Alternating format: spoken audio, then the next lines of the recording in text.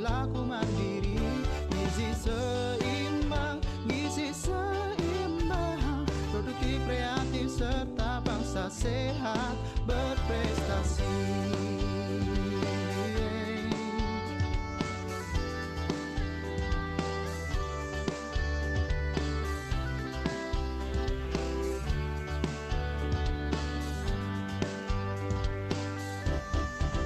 Atur makananmu untuk sehari-hari. Batasi minyak, garam, gula, jangan berlebihan. Dan jangan lupa timbang berat badanmu.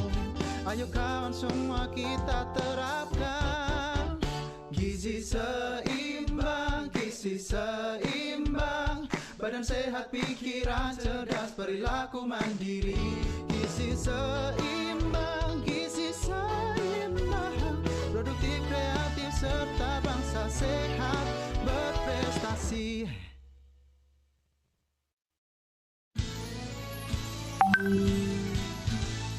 Yo ayo kita makan yang beragam, membiasakan perilaku hidup sehat. Rajin berolahraga, jaga berat badan, itulah 4 pilar gizi seimbang. Bangsaku sehat berprestasi. Tahukah kamu, kekurangan gizi itu tak baik, tak baik.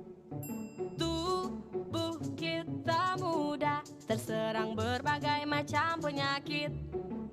Protein, karbohidrat, vitamin, mineral, lengkapi gizi keluarga kita. Jagalah lingkungan bersih, aman dan sehat untuk kita semua.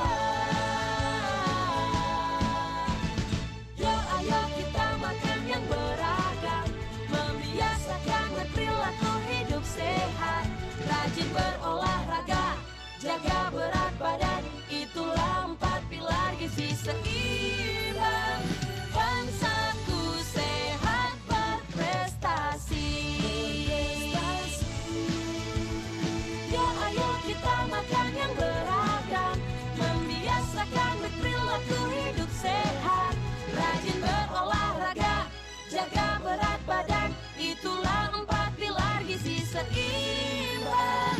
Bangsaku sehat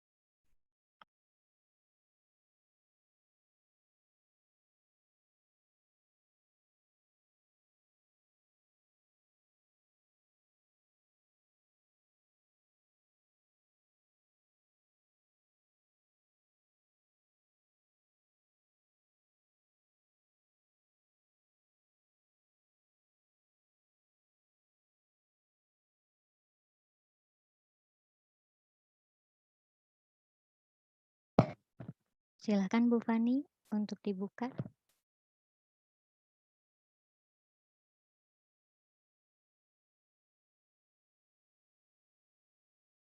Baik, terima kasih Ibu Mia. Selamat pagi kepada Bapak Ibu serta rekan-rekan mahasiswa di dalam acara ngopi sesi 4 ini. Ngopi ngobrol online pangan dan gizi ini diselenggarakan oleh program studi gizi Fakultas Teknologi Pangan dan Kesehatan Universitas Said Jakarta yang bekerja sama dengan Prodi Gizi Binawan Fakultas Kesehatan Masyarakat Universitas Binawan. Teman-teman dan juga Bapak Ibu jangan lupa untuk follow Instagram kami di @giziusahid untuk Universitas Sahid dan juga @prodigizibinawan untuk Universitas Binawan. Sebelum dimulai acara ini, saya akan mengumumkan beberapa pengumuman. Yang pertama itu untuk sesi 4 ini ngopi karena ada 4 pembicara, jadi nanti hanya ada 2 pertanyaan yang akan dijawab secara langsung oleh pembicara untuk menghemat waktu. Lalu yang kedua akan ada hadiah berupa voucher senilai 50.000 per orang ya untuk yang memposting acara ngopi sesi 4 ini di IG kami ya. Jadi ada 2 orang untuk pemenangnya, lalu yang ketiga ada 3 orang pemenang penanya terbaik yang akan diberikan hadiah pula. Lalu setiap peserta ya Bapak Ibu serta teman-teman diminta untuk mengisi formulir yang diberikan linknya oleh panitia di chatroom untuk bisa absen serta memberikan berbagai kritik dan saran untuk penyelenggaraan acara ini lebih baik ke depannya.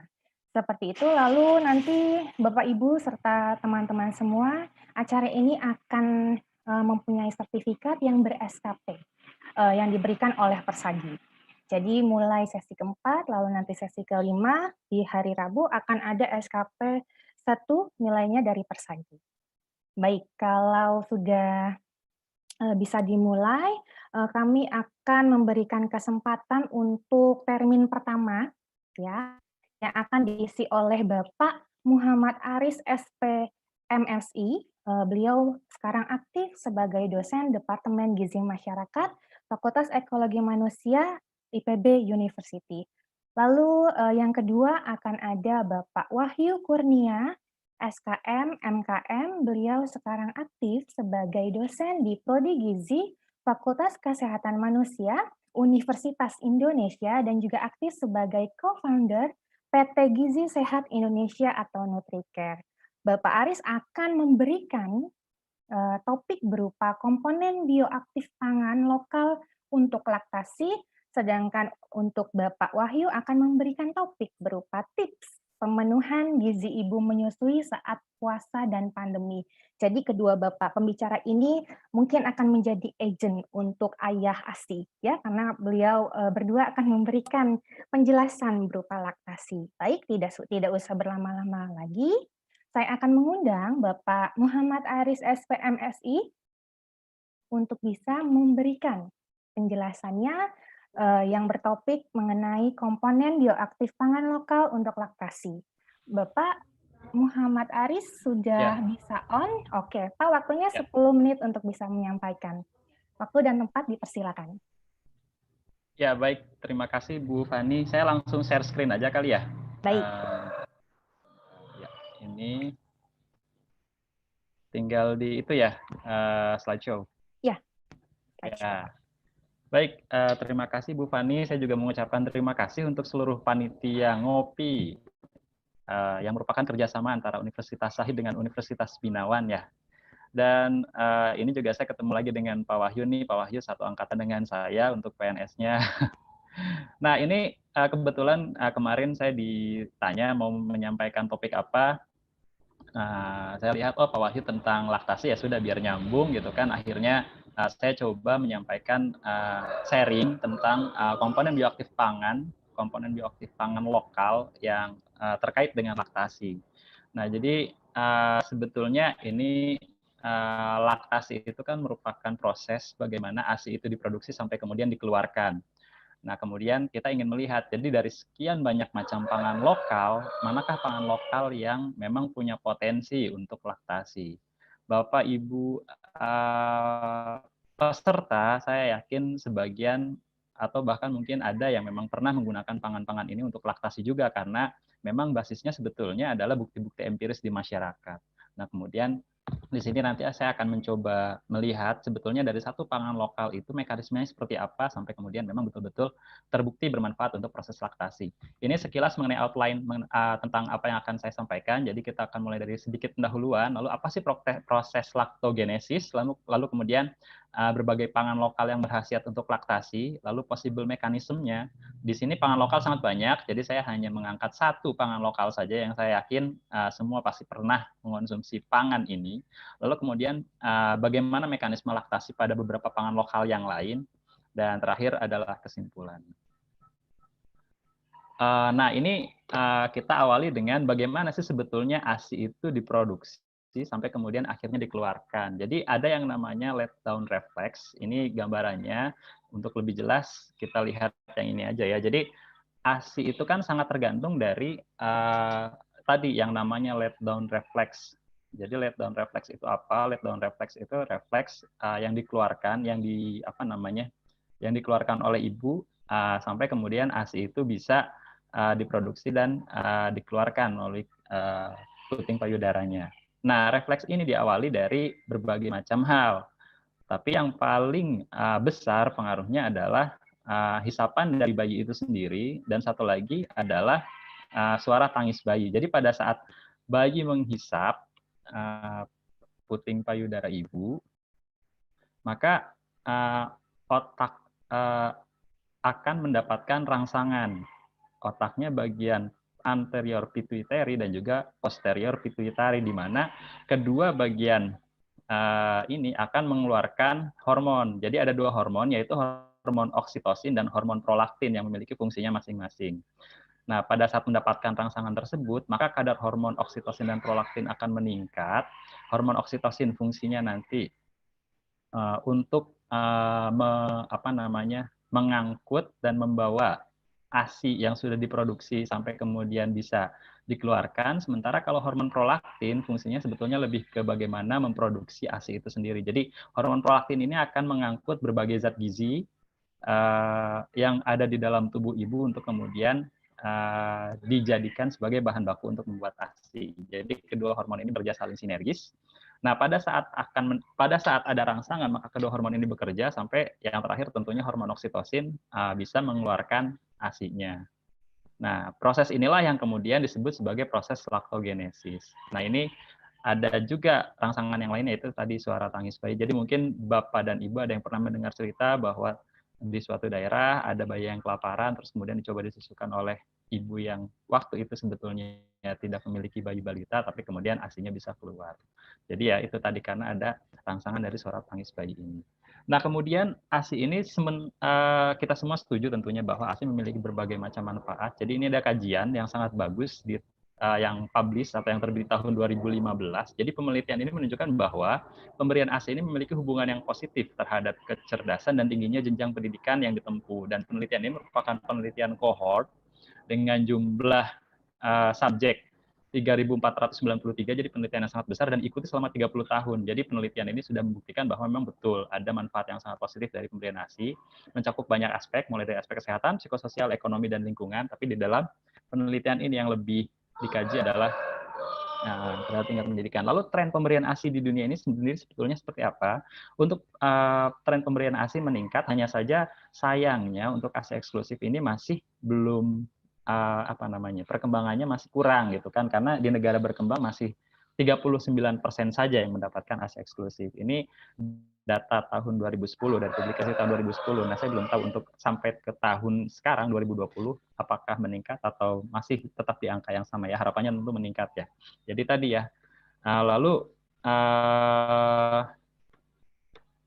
berikutnya adalah bahwa kenapa sih kemudian tren pemberian ASI itu paling tidak sampai tahun 2010 belum mencapai 100%? Karena ada 3 hal paling tidak.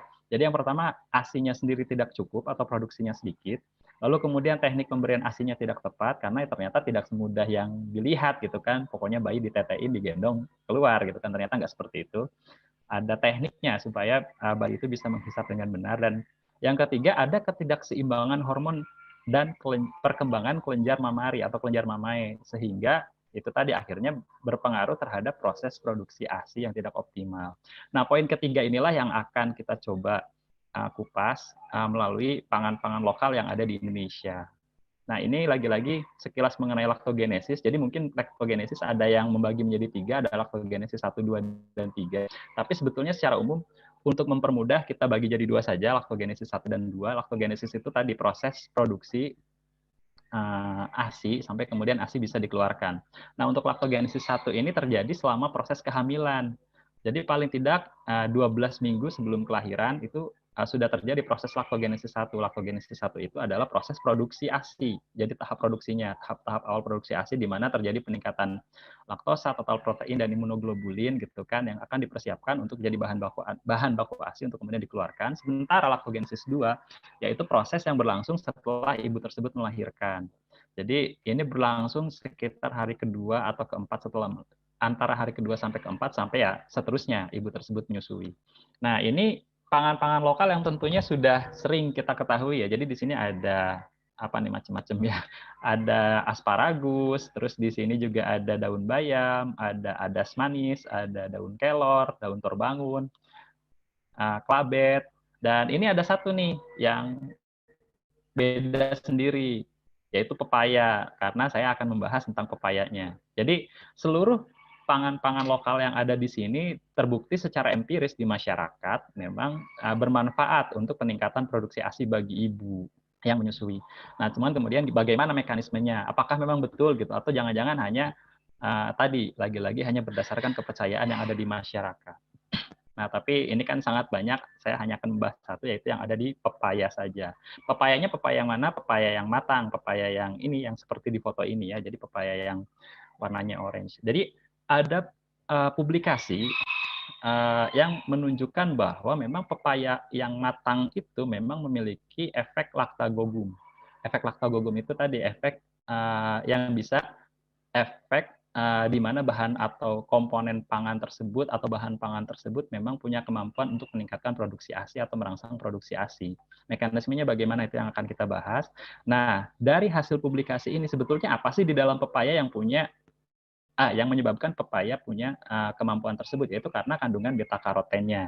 Nah, sekarang tinggal bagaimana mekanismenya beta karoten sehingga bisa merangsang produksi ASI. Nah, jadi ini possible mekanismenya, mekanisme yang mungkin terjadi kenapa akhirnya pepaya ini memiliki efek laktagogum. Jadi ada buah pepaya, Carica papaya fruits. Nah, ini kita lakukan penelitian, kita ekstrak sampai kemudian bisa kita murnikan, kita filtrasi sampai hanya diperoleh kadar beta karotennya saja. Beta karoten ini pada saat kemudian masuk ke dalam tubuh maka akan dikonversi menjadi asam retinoat.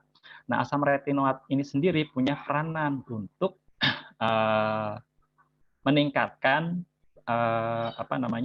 pembuatan protein penghubung antar sel. Protein penghubung antar selnya yang mana? Ini yang saya beri tanda kuning, yang namanya connexin 43. Nah, connexin 43 ini berperan di dalam gap junction. Gap junction itu sela-sela antar sel.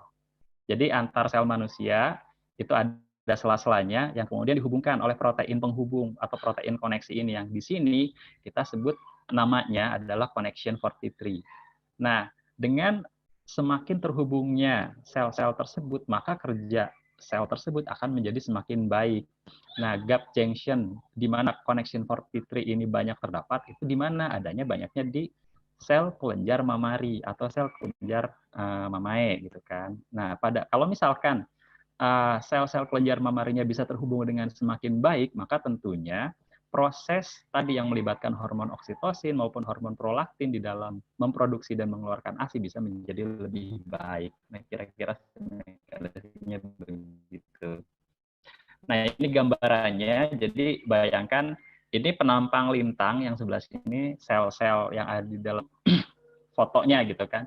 Nah, connexin 43 itu yang warnanya hijau-hijau ini, jadi penghubung antar sel ini. Jadi bayangkan ada sel yang kemudian saling berpisah, pada saat saling dihubung-hubungkan, maka komunikasi antar sel itu akan menjadi lebih baik. Pada saat komunikasinya lebih baik, maka fungsi atau peran kerja dari organ tersebut juga tentunya akan semakin baik. Jadi itulah peran kunci dari beta karoten dalam memberikan efek laktagogum. Nah, ini penelitiannya juga kemudian menunjukkan, meskipun ini memang penelitian di hewan coba gitu kan. Jadi di sini ada penelitian yang dilakukan oleh Zhang, penelitiannya sebetulnya cukup lama. Zhang ini membandingkan antara beberapa komponen fitokimia, jadi ada lycopene, lutein, santasantin, dan beta-karoten. Manakah yang kemudian bisa memberikan efek peningkatan gap junction paling tinggi. Nah, di sini beta-karoten yang paling atas, yang ternyata memang beta-karoten inilah yang terbukti memberikan efek peningkatan gap junction paling tinggi di antara sel-sel itu. Nah, ini kemudian bagaimana pentingnya si beta-karoten itu di dalam perkembangan sel mamari, ini kita harus lihat bahwa sel itu kan untuk kemudian bisa berperan, bisa berkembang, ada proses yang kita sebut proses proliferasi dan diferensiasi, yang ya ini sebetulnya prosesnya kita sederhanakan, ada dua saja. Proliferasi adalah pertumbuhan sel atau perbanyakan sel, lalu kemudian diferensiasi, di mana sel-sel yang sudah memperbanyak itu kemudian menspesifikkan diri. Nah, artinya dengan adanya tadi beta-karoten, kerja antar selnya jadi lebih baik, maka tentunya proses untuk perkembangan sel mamari yang ada pada ibu ini juga akan semakin baik. Yang artinya lagi-lagi kita ingat lagi ke slide sebelumnya bahwa laktogenesis itu ada dua tahap, tahap 1 dan tahap 2. Tahap 1 tahap produksi. Nah, di mana tahap produksi ini sebetulnya tidak hanya berkaitan dengan bahan yang diproduksinya saja, tapi katakanlah pabrik untuk memproduksinya juga kalau semakin baik, maka akan dihasilkan hasil produksi yang semakin bagus. Nah, beta-karoten akan berperan dalam meningkatkan kinerja dari pabriknya serta memperbaiki pabriknya tersebut. Karena itu tadi lagi-lagi di sini kita bisa lihat ada mulai dari non-pregnancy sampai kemudian lactation, sel-sel kelenjar mamari ini kan sel kelenjar mamari itu mengalami perubahan. Jadi kalau ibunya belum hamil ya selnya masih sel proliferasinya hanya sedikit, lalu kemudian di awal kehamilan mulai banyak gitu kan, kemudian di akhir kehamilan lagi makin banyak, sampai kemudian pada saat laktasi ini ada gambar-gambar hitamnya. Nah, artinya menunjukkan sel tersebut semakin sempurna berkembang untuk kemudian siap untuk memproduksi ASI. Jadi kita harus ingat yang namanya itu tadi ya 1000 HPK itu kita harus kenapa sih kemudian penting 1000 HPK itu tadi, karena untuk 1000 HPK artinya bukan sekedar bayinya, tapi hal-hal yang menyangkut perkembangan bayi juga harus disiapkan, mulai dari tadi termasuk diantaranya ASI. Nah, ini beberapa bahan lokal lain yang memiliki efek laktagogum. Jadi ada ini dilihat nama umumnya aja kalau ini bingung dengan nama ilmiah. Jadi daun kelor semua sudah mengenal, terus kelabat ini agak jarang sih, tapi biasanya dibuat jadi suplemen namanya fenugreek suplemen untuk ibu menyusui gitu kan. Tapi bahasa Indonesianya sebetulnya kelabat, ini biji-bijian, lalu ada rumput teki. Nah, dari ketiga ini mekanisme yang propose mekanismenya bagaimana. Nah, kalau untuk kelor sendiri akan meningkatkan produksi prolaktin. Kalau produksi prolaktin meningkat, bagaimana efeknya? Tentu tadi ya, kualitas ASI yang dihasilkan akan semakin baik. Lalu kalau fenugreek ini bagaimana? Fenugreek ini akan meningkatkan kinerja hormon oksitosin, jadi rilisasinya lebih banyak. Lalu kalau rumput teki bisa menstimulasi sintesis hormon prolaktin. Nah, ini berikutnya ada Coleus amboinicus atau daun terbangun. Ini penelitiannya sangat banyak. Dan memang secara empiris terbukti, hanya sayang secara mekanisme itu masih belum jelas mekanismenya seperti apa. Lalu ada asparagus resmosus, ini bukan asparagus, batang asparagus sih, tapi ini juga di Indonesia sebetulnya agak jarang. Nama umumnya Satavari. Jadi Satavari ini sama kaitannya dengan hormon prolaktin juga, meningkatkan kinerja hormon prolaktin serta meningkatkan massa lobulo alveolar kelenjar mamari. Jadi si penampung ASI-nya jadi semakin besar gitu kan. Dan terakhir adalah adas manis. Adas manis kemungkinan juga sama meningkatkan hormon-hormon prolaktin. Nah, jadi kenapa pepaya saya pisahkan? Karena secara mekanisme dia unik sendiri, tidak secara langsung berkaitan dengan kedua hormon yang disampaikan di awal. Jadi di awal kan ada dua hormon, yaitu hormon oksitosin dan prolaktin. Bahan-bahan lokal yang lain, bahan-bahan peningkat atau suplemen ASI yang lain biasanya kinerjanya langsung berkaitan dengan kedua hormon itu. Nah, kalau untuk beta-karoten yang ada di pepaya tadi dia agak beda gitu kan, makanya ini perlu menurut saya menarik untuk dijelaskan. Lalu kemudian pertanyaannya, apakah beta-karotennya harus dari pepaya? Ya enggak. Bahan-bahan pangan lain yang ada beta-karotennya artinya akan memberikan efek yang sama. Misalnya apa? Misalnya wortel gitu kan. Sayur buah yang memiliki pigmen warna orange kuning artinya mengandung beta-karoten, maka akan memberikan efek yang sama. Tapi kemudian kenapa saya mengangkat pepaya? Karena pepaya itu mudah mudah didapat, harganya relatif terjangkau, terus bukan buah musiman kan, artinya kapanpun kita mau cari pepaya ada gitu. Dan hampir semua orang bisa menyukai pepaya. Itu sih alasannya. Jadi kesimpulannya ini di akhir, pepaya punya kemampuan laktagogum yang unik karena kandungan beta karoten. Lalu mekanisme yang terjadi tadi melalui perkembangan protein-protein penghubung atau tadi kita menyebutnya connexin 43. Lalu proses perkembangan sel kelenjar mama ini bukan proses yang instan, artinya memang tadi prosesnya kan lama. Tadi sudah dijelaskan ada proses faktogenesis 1 yang berlangsung paling tidak 12 minggu sebelum kehamilan. Makanya kenapa sih kemudian program-program pemerintah itu selalu menyatakan untuk proses kehamilan sampai kemudian mempunyai anak itu harus terencana. Sama seperti yang akhirnya dijabarkan menjadi 1000 HPK pada saat ibu mulai hamil, yang kemudian harus diperhatikan gizinya, yang artinya tadi bahan-bahan pangan lokal yang untuk mendukung gizi ibu sampai kemudian meningkatkan ASI bisa sebaiknya dikonsumsi oleh calon ibu tersebut. Nah, ini terakhir saya boleh ikut promosi ya, Bu Fani ya. Ini maaf, ada suara motor, suara ayam juga di rumah saya nih. Silakan Pak. Jadi, ini kita punya acara cerita Mami Keren. Silakan buat Bapak Ibu peserta yang berminat bisa ikutan gabung. Acaranya setiap hari gratis dari jam 12.50 sampai 13.45. Bersertifikat juga. Silakan kalau yang ingin sertifikatnya bisa menghubungi adminnya nanti. Terus kita juga punya program menarik di cerita Mami Keren ini. Yang pertama ada kuis cerita Mami Keren kerjasama dengan DuPont Nutrition Biosciences dengan total hadiah 5 juta bagi 10 orang pemenang.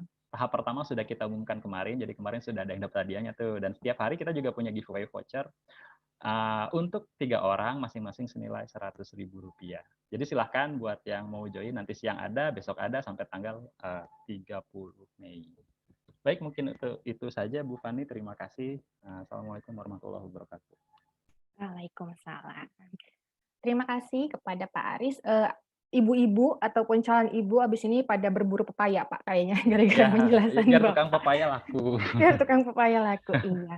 Baik, terima kasih, sangat menarik materi ataupun topik yang diberikan oleh Pak Aris. Sebelumnya Bapak Ibu serta rekan-rekan mahasiswa, acara ini banyak dikunjungi oleh tenaga kesehatan di seluruh Indonesia, jadi sangat bersyukur teman-teman bisa join di acara ngopi di sesi 4 ini. Selain tenaga kesehatan juga dihadiri oleh berbagai mahasiswa di seluruh Indonesia juga, dan banyak juga tamu-tamu yang mempunyai peran di dunia gizi dan pangan yang sudah sangat terkenal mengikuti acara Ngopi 4. Ngopi sesi 4 yang sedang diselenggarakan waktu ini juga. Sebelumnya teman-teman juga Bapak Ibu, kita mau foto dulu. Ya, nanti akan ada 6 sesi foto. Yang pertama untuk slide 1 dulu, nanti berbarengan. Jadi ibu-ibu, bapak-bapak yang masih background-nya nggak ada wajahnya, bisa dibuka dulu Bapak Ibu semua, jadi kita bisa foto ngeliat wajah Bapak Ibu yang excited mengikuti acara ngopi sesi 4 berikut ini. Yuk, panitia bisa dibantu untuk sesi pertama kita foto.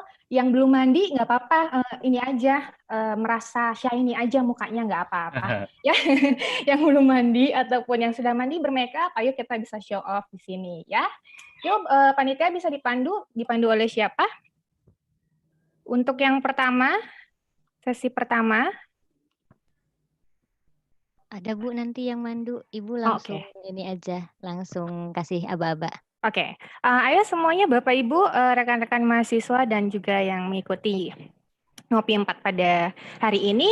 Yang pertama, 1, 2, 3. Oke, untuk sesi yang pertama sudah well done ya panitia. Sekarang kita yang kedua.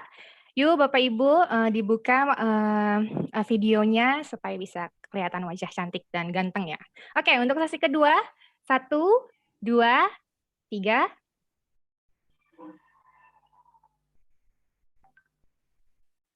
Oke, untuk sesi kedua sudah selesai. Sekarang untuk slide yang ketiga. 1, 2, 3. Oke, sesi ketiga sudah selesai. Keempat, anggap aja kita mau jadi model ya Bapak Ibu semuanya. Jadi kita harus shiny, giginya bisa senyum. Untuk sesi keempat, 1, 2, 3. Oke, sesi kelima. 1, 2, 3. Oke, sesi ke-6 yang terakhir. Tetap tersenyum Bapak Ibu supaya wajahnya nanti bisa terfoto dengan baik. 1, 2, 3. Oke, baik. Terima kasih rekan-rekan panitia untuk fotonya, untuk sesi ke-6 fotonya. Bisa kita lanjutkan kembali. Tidak bosan-bosannya saya mengingatkan untuk bisa mengisi form kehadiran teman-teman yang belum mengisi. Link sudah ada di chatroom. Baik, kita akan lanjutkan ke pembicara kedua oleh Bapak Wahyu SKM MKM. Topik yang akan disampaikan adalah tips pemenuhan gizi ibu menyusui saat puasa dan pandemi. Dipersilakan Bapak Wahyu Kurnia, waktunya 10 menit. Silakan. Baik, baik, terima kasih Bu Fani. Assalamualaikum warahmatullahi wabarakatuh.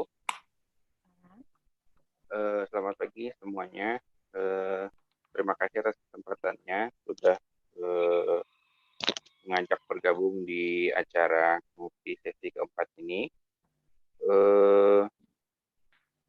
Melanjutkan dari apa yang sudah disampaikan oleh Aris, gitu, yang tadi sudah membahas tentang komponen bioaktif yang dapat membantu dalam proses laktasi.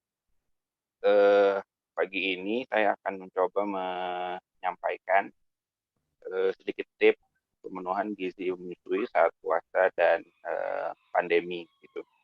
Dan saya yakin sebenarnya banyak dari peserta yang sudah tahu atau malah mungkin sudah berpengalaman. Jadi nanti kalau ada yang ingin dikonfirmasi atau ingin ditambahkan dengan senang hati saya terima. Baik, boleh dilanjut slide-nya. Ini sedikit profil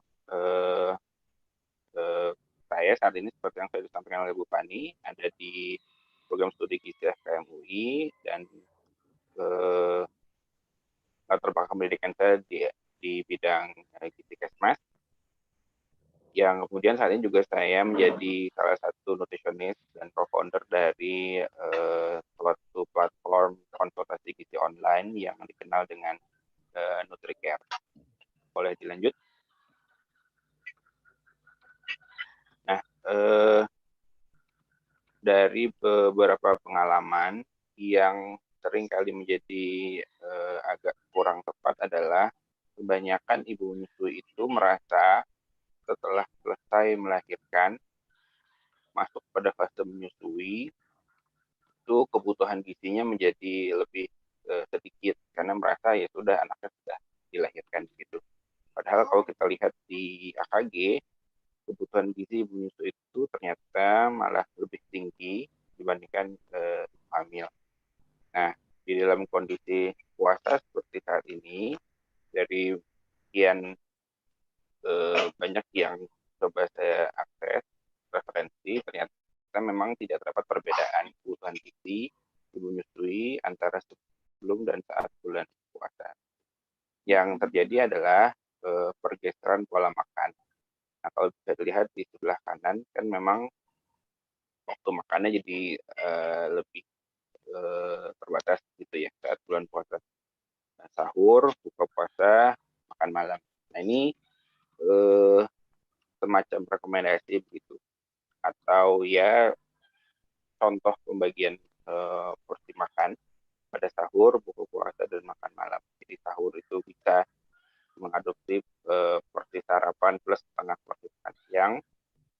Buka puasa itu adalah porsi ringan, sementara makan malam itu setengah porsi makan siang dan makan malam. Jadi lanjut. Nah, yang juga penting sebenarnya adalah tetap mengikuti panduan isi piringku yang sudah kita ketahui bersama, gitu ya. Jadi setiap kali makan kita usahakan adanya aneka ragam makanan, baik bahan pokok, sayur, buah maupun lauk pauk dengan proporsi yang sesuai seperti yang direkomendasikan. Boleh dilanjut. Ini sedikit saya tampilkan dari AKG terbaru, AKG 2009, kebutuhan gizi bagi ibu menyusui. Di tabel yang pertama ini adalah kebutuhan gizi makro. Jadi terdapat penambahan di makro gitu, yang sedikit berbeda antara 6 bulan pertama menyusui dan 6 bulan kedua. Di 6 bulan pertama penambahan energi sebesar 330, di 6 bulan kedua sebesar 400 gitu ya. Di sisi lain kalau protein itu kebutuhannya di 6 bulan pertama lebih tinggi ketimbang di 6 bulan kedua. Nah, yang juga menarik sebenarnya adalah kebutuhan air. Jadi memang pada ibu itu kebutuhan airnya meningkat pesat, terutama di 6 bulan pertama. Lanjut. Baik, ini adalah untuk kebutuhan vitamin. Sebenarnya kalau untuk kebutuhan vitamin, penambahannya relatif stabil, baik di 6 bulan pertama maupun 6 bulan kedua. Ini contohnya untuk vitamin A, vitamin E, B1, dan vitamin C.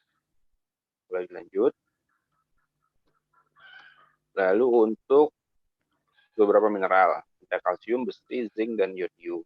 Nah, untuk besi memang kebutuhannya tidak bertambah begitu ya, kalau dilihat di AKG. Nah, ini dikarenakan pada saat seorang ibu menyusui mengkonsumsi besi, memang besinya itu lebih akan dimanfaatkan oleh tubuh ibu menyusui itu sendiri ketimbang disalurkan melalui ASI untuk bayinya. Maka memang persiapan untuk dapat memberikan besi secara optimal bagi bayi itu sudah dimulai sejak kehamilan. Karena yang akan lebih dimanfaatkan adalah cadangan besi yang ada dalam tubuh ibu dan cadangan besi yang sudah ditumpuk oleh bayi selama dalam kandungan ketimbang penambahan atau asupan besi selama ibu dalam fase menyusui. Boleh dilanjut. Nah, ini kalau diterjemahkan dalam porsi-porsi makanan, ambil contoh ini sehari 2.500 kalori, maka kira-kira penerjemahannya menjadi seperti ini, mulai dari makanan pokok sampai air putih. Yang bisa juga kita lihat bahwa di sana air putihnya cukup banyak, 12 sampai 14 gelas. Boleh dilanjut. Nah, ini sedikit tips bagaimana kalau sahur begitu ya. Nah, saya yakin para peserta juga sudah tahu dan mungkin sudah pernah juga menerapkan pada yang sudah pernah mengalami fase menyusui. Yang pertama adalah yang bisa kita terapkan mengkonsumsi sumber karbohidrat kompleks. Kenapa? Ya karena kandungan serat di dalamnya akan membantu memperlama rasa kenyang. Dia juga dibantu dengan konsumsi sumber protein baik itu hewani maupun nabati. Karena konsumsi protein juga memperpanjang rasa kenyang karena proses pencernaannya yang jauh lebih panjang ketimbang zat gizi yang lain. Berikutnya adalah namun juga tolong dikurangi frekuensi pengolahan makanan dengan spray atau santan kental. Kenapa? Karena kan sebenarnya saat kita berpuasa itu kita juga ada berharap perbaikan dari sisi kesehatan gitu ya. Kalau pengolahan makanannya lebih banyak di fry atau digunakan minyak yang banyak, maka perbaikan profil lipid darahnya menjadi kurang optimal. Kemudian perbanyak sumber serat dari buah dan sayur. Bisa pilih buah yang tinggi kandungan airnya karena ini akan sangat membantu untuk meredam rasa haus, terutama untuk ibu menyusui. Karena keluhan utama yang sering terjadi pada ibu menyusui saat berpuasa adalah rasa haus yang sangat, terutama saat menyusui di siang hari. Kemudian minum air putih, tidaknya 3 gelas. Boleh dilanjut. Baik, bagaimana kemudian saat berbuka puasa? Sebenarnya sih intinya sama dengan orang yang tidak hamil begitu ya. Kita dahulukan konsumsi cairan begitu, karena apalagi kalau kemudian di siang harinya ibu menyusuinya itu memberikan ASI pada anaknya atau melakukan pumping ASI. Kemudian lanjutkan dengan konsumsi sumber energi, kurma atau kolak, kemudian bisa divariasikan dengan jus, minum lagi yang cukup, lalu konsumsi buah segar juga akan memberikan efek yang menyegarkan bagi tubuh, dan beri jeda waktu sebelum mengkonsumsi makan utama. Nah, ada yang pernah mengeluh kenapa saya saat buka puasa itu menjadi sangat lemas begitu ya. Salah satu yang bisa dicoba dilihat adalah apakah saat buka puasa kita mengkonsumsi makanan terlalu banyak, karena kalau begitu tubuh menjadi membutuhkan energi untuk mengolah makanan, sementara energi tubuh kita juga sedang dalam keadaan yang tidak full, maka yang ada malah kita menjadi merasa lemas. Lanjut. Untuk makan malam, ini sih rekomendasi saja begitu ya, sebaiknya makan malamnya antara jam 8 sampai jam 10. Kenapa? Untuk memberi jeda waktu yang cukup dengan makan sahur. Kalau terlalu dekat dengan makan sahur, dikhawatirkan selera makannya belum timbul begitu ya, atau saat sahur kita masih merasa kenyang, sehingga sahurnya tidak optimal. Dan juga untuk memberi jeda antara makan terakhir sebelum tidur malam. Karena jeda yang terlalu singkat antara makan terakhir dengan tidur malam itu disinyalir mempengaruhi kualitas tidur. Yang kalau terlalu dekat, maka tidurnya jadi lebih kurang berkualitas, akibat saat kita tidur tubuh masih harus mencerna makanan. Kemudian tetap ikuti panduan isi piringku. Nah, untuk cara pengolahan makan malam bisa lebih bervariasi, ya, bisa tadi ada dikasih santan, digoreng atau rasa pedas, tapi memang mengikuti kebiasaan atau kondisi kesehatan masing-masing. Dan tetap minum air putih, ya, 2 gelas, setidaknya 2 gelas air setelah makan dan 2 gelas sebelum tidur. Lalu lanjut. Ini rekomendasi konsumsi air saat bulan puasa. 3 gelas saat berbuka puasa, 2-3 saat makan malam, 2-3 sebelum tidur, dan 3 gelas saat sahur. Tetapi memang dikembalikan ke kebiasaan masing-masing ibu. Yang penting kira-kira 12-14 gelas kalau di total. Lanjut. Ya, ini sedikit saya berikan contoh pengaturan makan Ibu Sui saat bulan Ramadan. Boleh dilanjut. Nah, ini kalau kita bagi menjadi 3 sesi, buka puasa, makan utama buka puasa, dan makan sahur, lalu itu di sebelah kanan adalah pembagian porsinya agar mencukupi dari rekomendasi tabel yang di awal. Boleh dilanjut. Nah, ini contoh saja untuk menunya. Saya yakin para peserta jauh lebih mahir dalam membuat menu makan sehari-hari. Nah, ini kalau dilihat, jadi hanya 1 kali makan selingannya, makan kecilnya, yaitu di sesi buka puasa, kemudian langsung dilanjut dengan sesi makan utama malam hari dan sesi makan utama saat sahur. Oke, boleh dilanjut. Ini untuk versi yang kedua. Secara total sama, tetapi ini coba dibagi menjadi adanya cemilan yang agak lebih banyak untuk mensiasati ibu menyusui yang memang tidak terbiasa makan utama dalam jumlah yang cukup berat. Boleh lanjut. Nah, ini jadi ada 4 kali sesi, ada puasa, makan utama malam, makan utama sahur, dan sesi cemilan. Tadi ini bisa dijadikan alternatif untuk ibu menyusui yang agak tidak terbiasa kalau makan utamanya dalam jumlah banyak. Oke, dilanjut.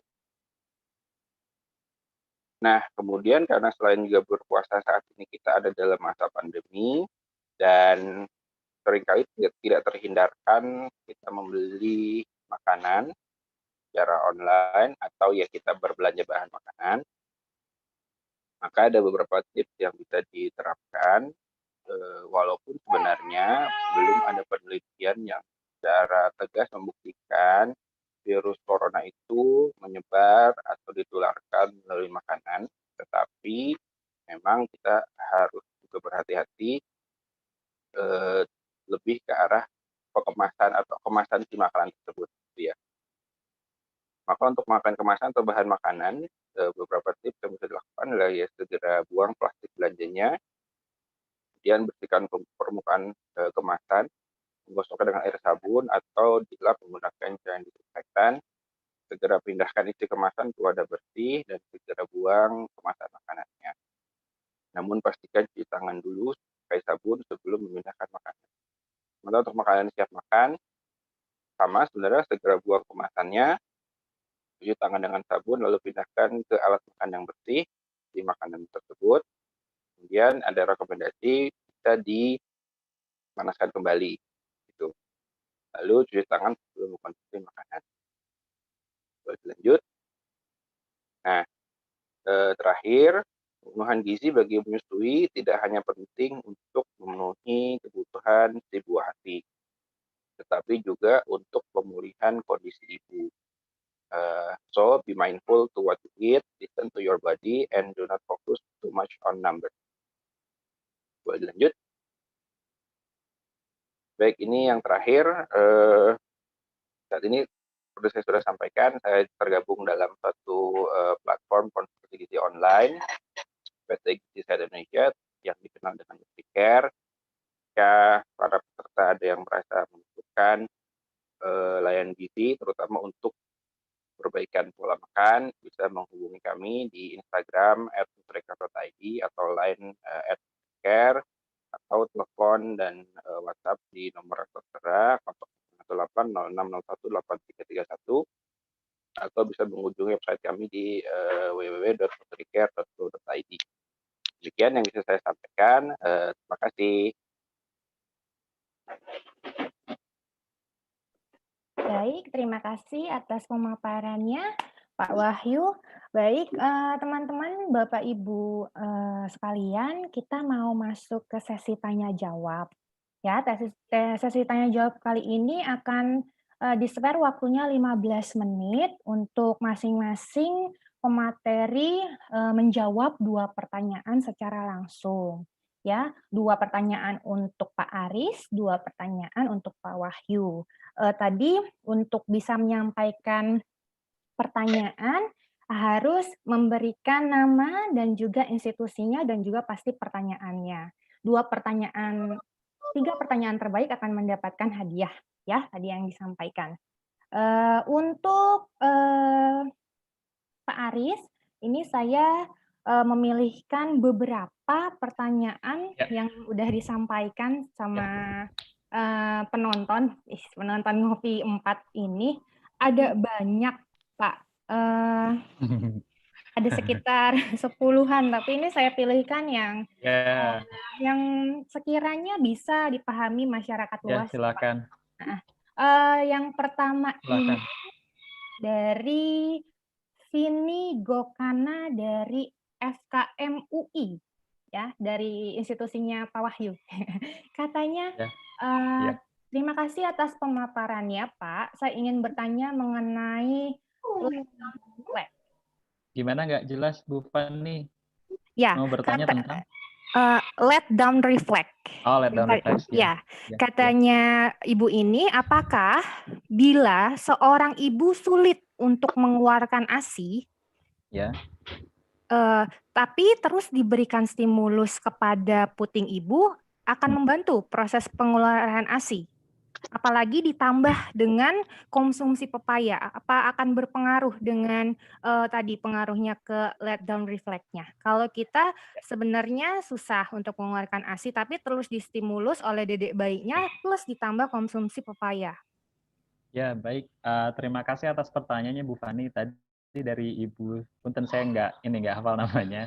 Sebetulnya untuk bahan-bahan pangan, khususnya pepaya ini akan sangat berperan di dalam proses mempersiapkan tadi kelenjar mamari sampai kemudian produksi ASI-nya. Artinya prosesnya akan sangat berperan pada saat tahap awal-awal menyusui. Memang betul pada saat sudah menyusui dengan mengonsumsi pepaya secara rutin juga akan membantu. Nah, kaitannya dengan letdown reflex itu banyak dipengaruhi oleh tadi rangsangan yang diberikan. Rangsangan yang diberikan ya tentunya adalah hisapan bayi ke puting payudara ibunya. Nah, kemudian untuk bisa mendapatkan produksi ASI yang banyak dan kemudian bisa keluar dengan lancar, maka teknik untuk memberikan teknik menyusuinya juga harus benar. Nah, artinya kalau tadi pertanyaannya apakah kemudian pemberian pepaya bisa memperbaiki, kemudian bisa merangsang untuk ibu-ibu yang ASI-nya sedikit, ya bisa. Lalu manakah yang akan memberikan efek paling besar gitu ya kalau kondisinya sekarang ibunya sudah menyusui. Kalau kondisinya sudah menyusui ya sebetulnya lebih ke tadi teknik bagaimana kemudian memberikan ASI-nya, karena proses itu nggak terjadi secara instan. Zat gizi yang masuk memang betul akan tetap bisa digunakan, tapi lagi-lagi untuk membangun sel-sel kelenjar mamari dengan sempurna, dengan baik, itu ya nggak sekarang saya makan pepaya terus besoknya tiba-tiba perkembangan sel kelenjar mamarinya sudah jadi bagus gitu kan. Dia kan perlu waktu. Makanya tadi di awal lagi-lagi selalu ditekankan, ingat bahwa proses laktogenesis terjadi 2 tahap. Ada laktogenesis 1 sebelum bayi dilahirkan dan laktogenesis kedua setelah bayinya dilahirkan. Nah, kalau memang pengen betul-betul baik, ya itu tadi artinya untuk ibu yang sedang hamil, rajin-rajinlah tadi mengonsumsi berbagai macam makanan yang memang punya potensi untuk meningkatkan produksi ASI. Tadi Pak Wahyu juga sudah banyak menjelaskan, ada contoh-contoh makanannya, jadi itu sebaiknya diikuti gitu kan. Lalu kemudian setelah melahirkan, cobalah untuk kemudian bisa memberikan ASI dengan teknik yang benar. Nah, untuk teknik yang benar ini yang saya tidak menguasai, mungkin silakan buat ibu-ibunya bisa belajar dari ibu yang lain, atau sekarang kan banyak ya, ada ibu ASI, ada apa gitu yang forum-forum itu, atau paling dekat ya bisa ke tenaga kesehatan yang membantu proses kelahiran. Kalau kelahirannya dilakukan secara normal, untuk kemudian bisa belajar bagaimana tekniknya, bisa ke ibu bidannya gitu kan. Nah, kira-kira sih seperti itu. Tapi sekali lagi, apakah itu membantu? Iya. Apakah kemudian proses rangsangan yang diberikan oleh bayi itu akan membantu? Iya. Karena kalau nggak dirangsang malah nggak akan keluar kan, nggak dihisap nggak keluar. Memang ada beberapa ibu yang produksi ASI-nya sangat melimpah, meskipun tidak dihisap juga kadang sampai tumpah-tumpah. Ada yang seperti itu, tapi nggak semua orang seperti itu. Mungkin itu Bu Fani. Oke, baik. Terima kasih penjelasannya, Pak Aris. Untuk pertanyaan kedua, ya silakan.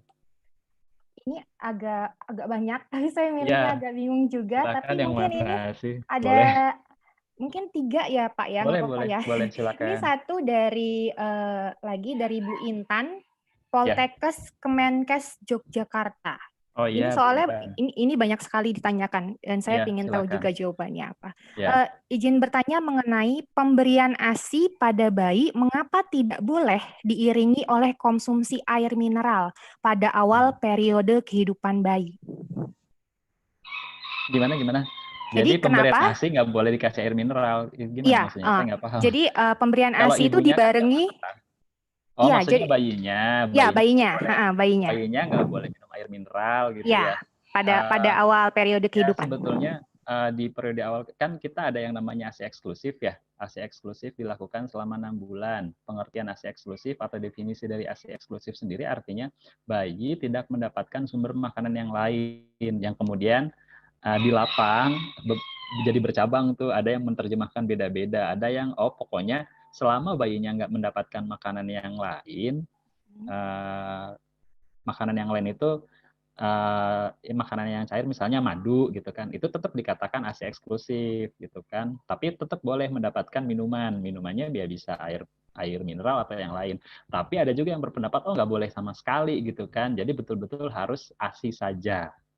Nah, yang ditanyakan oleh Ibu Intan, mungkin maksudnya yang tadi kedua, pada saat ada orang yang tadi berpendapat bahwa yang namanya ASI eksklusif itu hanya mendapatkan ASI saja. Ya silahkan gitu, karena sebetulnya ini saya bisa ngomong begini karena pengalaman dengan anak saya sendiri gitu kan.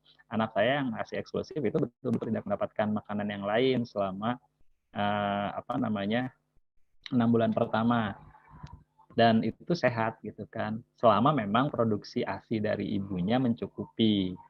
Nah, dikatakan mencukupi itu berapa jumlahnya, yang ini kemudian agak sedikit debatable sih, beda-beda. Karena tadi produksi ASI ibu itu beda-beda gitu kan. Ada ibu yang produksi ASINya banyak, ada yang sedikit.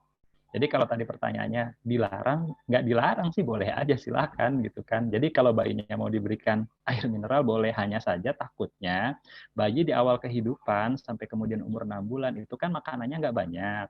ASI-nya itu nggak banyak, hanya memang diberikan dengan sering. Kalau dia sudah mendapatkan minum, maka perutnya jadi cepat penuh dan akhirnya nggak mau nyusu gitu. Dan itu yang jadi kekhawatiran nanti zat gizinya kurang, karena kan kalau dari air dia nggak mendapatkan zat gizi yang lain, hanya air. Sementara kalau dari ASI dia mendapatkan air tapi juga mendapatkan zat gizi yang lain. Gitu. Oke. Terakhir ya Pak, satu Ya, lagi. Ini juga ya, menarik. silakan. Tadi kan katanya sumber yang ada beta karotennya itu selalu akan Ya, membantu proses ya, ya, patogenesis. ya, Tapi ini pertanyaannya dari Ahmad Wildan dari IPB ya, University. Katanya kan beta karoten itu mudah rusak terhadap panas dengan ya, perlakuan panas. ya, Jadi bagaimana supaya bisa menjaga beta karoten tersebut di pepaya tetap bisa bagus ya, gitu kualitasnya ke ya, ibu yang ya, konsumsi? ya.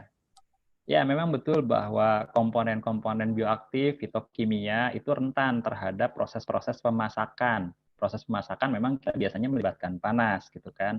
Nah, untuk beta karoten sendiri dia rentan terhadap panas. Caranya yang bagus bagaimana? Yaitu tadi sebisa mungkin diusahakan untuk kemudian bisa dikonsumsi dari pangan yang segar. Makanya di sini saya memproposnya adalah pepaya, buah pepaya segar gitu kan. Kalau wortel bagaimana? Wortel juga sama, dia kan ada beta karotennya. Terus gimana kalau wortelnya saya masak jadi sup wortel gitu kan? Ya nggak masalah gitu kan, bisa, karena beta karoten yang ada di dalam wortel itu nggak akan hilang sepenuhnya, masih ada gitu. Memang proses-proses pemasakan akan menyebabkan adanya penurunan zat gizi dalam jumlah tertentu yang beda-beda. Tapi sekali lagi silakan, tidak masalah. Terus mungkin yang di sini juga saya melihat ada pertanyaan menarik. Ini saya sambil baca chat. Terus Oke, Pak. nanya, jadi saya harus makan pepayanya berapa banyak agar bisa mendapatkan efek yang diinginkan gitu kan ya? Yang penting itu pertanyaannya kayak saya. Jadi eksperimennya dilakukan, ini eksperimennya dilakukan secara in vitro ke sel HC11. Sel HC11 itu sel kelenjar mamari gitu kan. Apakah kemudian sel kelenjar mamari yang diberikan beta karoten dengan konsentrasi tertentu memang betul bisa terbentuk gap junction connection 43 tadi gitu kan. Nah, yang memberikan efek signifikan itu pada saat diberikan konsentrasi 5 mikromolar. Wah, susah nih 5 mikromolar, gimana bayangin. Oke. Jadi singkatnya gitu kan, dihitung, jadi 5 mikromolar dikonversi sampai akhirnya berapa gram sih gitu kan. 5 mikromolar itu kalau kemudian dikonversi jadi sekitar, kalau pepayanya gitu kan, jadi buah pepayanya sekitar 358 gram. Karena 1 gram buah pepaya itu mengandung sekitar 0,7 miligram beta karoten. Nah, untuk mendapatkan tadi 5 mikromolar, paling nggak 350 gram. 350 gram itu kalau kita konversi lagi ke URT, berarti sekitar 2 potong atau 3 potong pepaya. 2 potong besar atau 3 potong sedang gitu kan. Kalau kita gizi kan biasanya bicaranya kesatuan penukar, ke URT gitu kan. Jadi ya itu, nggak banyak kok sebetulnya, itu jumlah buah pepaya yang dikonsumsi secara normal. Jadi 2 potong besar atau 3 potong sedang sehari. Itu. Oke, baik. Sudah 3 pertanyaan ya, Bapak Ibu, yang dijawab oleh Pak Aris. Kita lanjut ke Pak Wahyu ya, Pak. Ini saya ada beberapa juga yang sudah di-compile, tapi ada yang 2 pertanyaan menarik hati saya, dan mudah-mudahan bisa disampaikan jawabannya oleh Pak Wahyu. Yang pertama ini dari Agnes Irma, dari Universitas Sultan Ageng Tirtayasa, dari Banten nih, Pak. Izin bertanya mengenai ASI yang beracun, Pak, katanya. Di daerah saya itu ada, apabila ibu memberikan ASI ke anaknya, itu anaknya pasti akan meninggal, katanya. Jadi apakah benar ada ASI yang beracun? Dan juga itu ada pengaruh pangan atau bagaimana yang dipengaruhnya terhadap ibu selama masa kehamilan? Seperti itu pertanyaannya. Baik, wah ini menarik pertanyaannya, walaupun memang saya agak susah juga nih menjawabnya, karena sejauh ini saya belum pernah mendengar adanya atau membaca adanya ASI yang beracun begitu ya.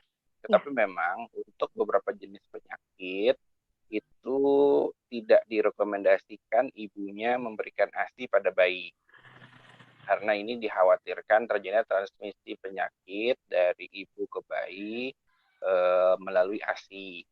Salah satunya adalah misalkan kalau ibu menderita HIV atau AIDS gitu ya. Ada kekhawatiran ada transmisi vertikal antara ibu ke bayi, terutama jika puting ibu mengalami lecet, sehingga ada darah yang keluar kemudian masuk ke bayi. Begitu pula kalau ibu mengalami TBC. Nah, ini juga direkomendasikan untuk tidak memberikan ASI. Nah, kalau kemudian di daerah setempat kemudian ada anak yang diberi ASI kemudian meninggal, memang perlu dicek dulu lebih lanjut bagaimana kondisi kesehatan antara baik ibu maupun bayinya. Tidak bisa kemudian kita katakan langsung, oh ini pasti karena ASI-nya begitu ya. Karena bisa jadi ada kondisi kesehatan yang sebenarnya melatar belakangi keadaan tersebut. Terkait dengan ASI dan logam berat, saya belum banyak mencari tahu begitu, tetapi yang perlu tadi kita cek adalah lebih ke arah tadi kesehatannya, bagaimana kondisi anaknya, bagaimana kondisi ibunya begitu. Mungkin ada kondisi yang malah menyebabkan anak itu menjadi meninggal ketimbang ASI yang diberikan. Baik, itu kira-kira jawaban saya. Oke, baik Pak. Berarti memang masih awam ya kalau ASI yang beracun itu. Oke, untuk pertanyaan yang kedua dari Putri Nur Azizah dari IPB University. Karena ini masa pandemi, banyak orang yang membeli stok makanan instan, Pak. Apakah Bu Suy dan anaknya boleh mengkonsumsi makanan instan dan frekuensi yang aman untuk mengkonsumsinya berapa kali? Baik, terima kasih atas pertanyaannya. Jadi memang kita di dalam masa pandemi seperti ini, terutama pada saat adanya penerapan PSBB, kan memang pergerakan menjadi sangat terbatas gitu ya. Sehingga salah satu cara dalam mengamankan stok pangan di tingkat rumah tangga ya menggunakan makanan instan atau siap saji. Apakah bisa dikonsumsi oleh ibu menyusui dan anaknya berarti kalau sudah bisa diberi makan begitu ya, bukan yang di usia 6 bulan ke bawah. Sejauh ini sebenarnya ya bisa-bisa saja begitu ya, tetapi memang akan jauh lebih baik jika tidak terlalu sering. Kenapa? Karena seperti yang kita tahu memang makanan instan itu yang menjadi sorotan utamanya adalah relatif tinggi dalam kandungan natrium. Nah, ini yang kemudian perlu diawasi dengan baik, oleh karena sudah banyak penelitian yang menunjukkan bahwa ketika anak masuki fase MPASI, kemudian diberikan makanan yang kandungan natriumnya relatif tinggi, begitu ya. Nah, ini memiliki kecenderungan untuk mengalami gangguan tekanan darah di usia yang lebih dini. Beberapa penelitian menunjukkan bahkan di usia sekitar SMP, SMA itu sudah mulai mengalami kenaikan tekanan darah. Nah, ini disinyalir salah satunya akibat pemberian makanan sejak dini yang tinggi kandungan natriumnya. Nah, tadi jadi kalau ditanya berapa sih sebaiknya, yang mungkin seminggu 2 sampai 3 kali itu pun sebenarnya sudah terlalu banyak begitu ya. 2 lah gitu. Kalau memang misalkan mau nugget itu kan sebenarnya bisa diolah sendiri yang relatif bisa diatur kandungan natriumnya dan malah bisa diperkaya nilai gizinya dengan penggunaan berbagai bahan makanan, misalkan menambahkan sayur dalamnya begitu ya. Jadi apakah boleh? Boleh, tetapi tolong dibatasi karena dikhawatirkan adanya gangguan kesehatan di fase kehidupan berikutnya. Begitu? Baik, terima kasih atas jawabannya Pak Wahyu. Untuk sesi tanya jawab termin pertama sudah selesai ya Bapak Ibu semua. Nanti pertanyaan-pertanyaannya yang lain mungkin bisa ditanyakan kepada pemateri secara online gitu ya, via Instagram, DM, story atau yang lain-lain kan bisa. Kita lanjut ke termin yang kedua. Oke, kita akan ke pembicara ketiga oleh Bapak Angga Rizkiawan SGZ MSI. Sekarang aktif sebagai dosen di program studi gizi Universitas Binawan yang akan menyampaikan topiknya mengenai tips menjaga imunitas saat puasa dan pandemi. Double P, puasa dan pandemi. Silakan Pak Angga, 10 menit waktunya untuk memberikan materi. Baik, terima kasih Mbak Fani. Suara saya sudah masuk ya Mbak? Sudah. Oke, baik, saya langsung share screen aja untuk materi yang akan saya share pada sesi kali ini.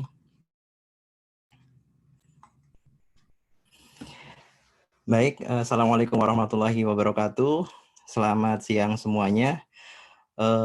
Sebelumnya terima kasih atas kesempatan yang luar biasa ini untuk bisa sharing terkait materi yang akan saya sampaikan pada sesi kali ini adalah bagaimana kita menjaga imunitas kita di kala puasa dan pandemi. Ini kaitannya dengan zat gizi apa aja nanti yang perlu kita penuhi untuk menjaga imunitas kita.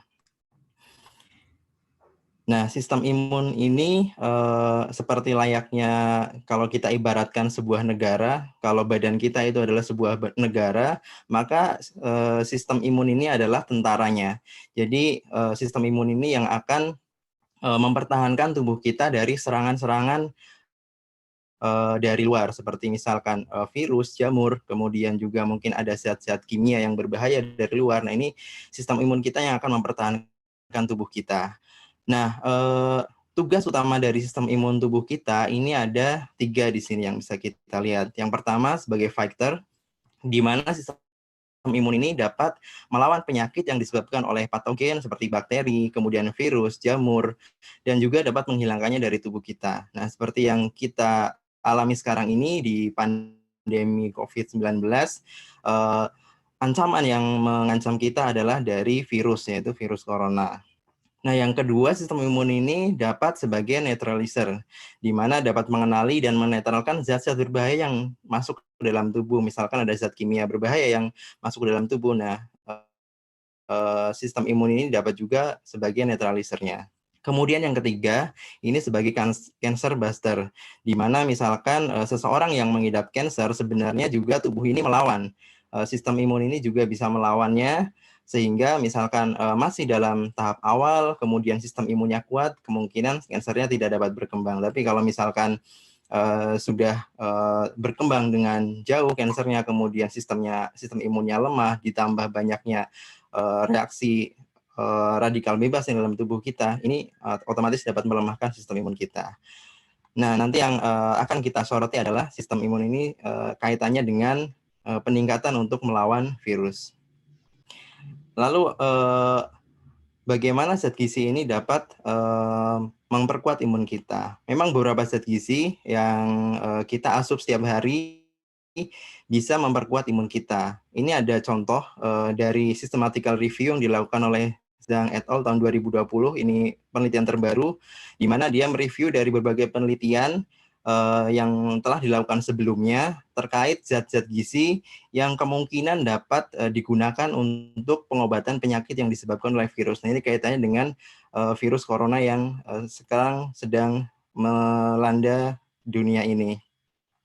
Nah, dari zat-zat gizi ini juga dapat meningkatkan sistem imun kita sehingga dapat juga mencegah kita terinfeksi virus. Nah, ini ada beberapa, ada vitamin A, vitamin B, vitamin C, vitamin D, vitamin E, kemudian juga ada omega 3, selenium, dan zinc. Nah, ini ada zat besi juga di sini, namun info terbaru dari penelitian terbaru bahwa zat besi ini malah berpotensi untuk meningkatkan replikasi virus, sehingga nanti tidak saya bahas di sini.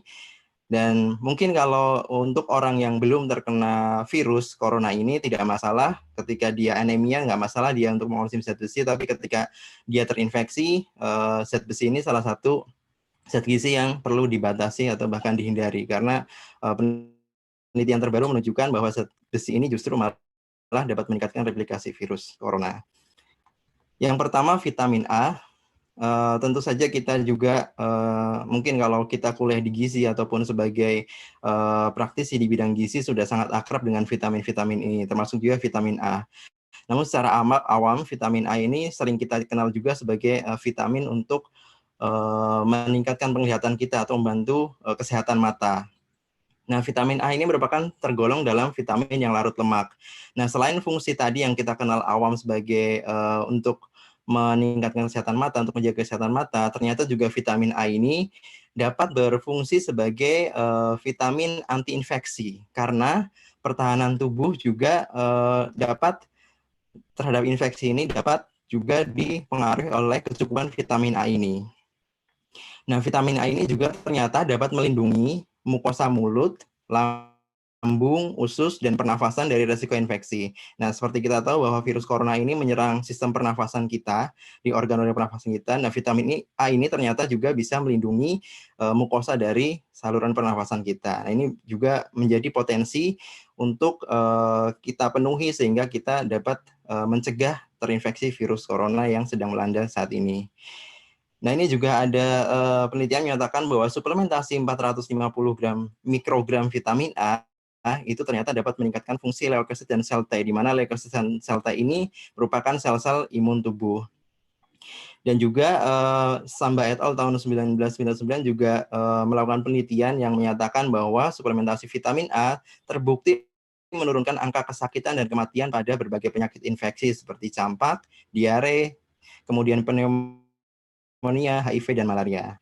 Ini menjadi dasar kita bahwa ternyata terkait dengan pernafasan tadi, gangguan pernafasan tadi, vitamin A ini juga memiliki fungsi ke arah situ, sehingga perlu juga kita menjaga kecukupannya di masa pandemi ini.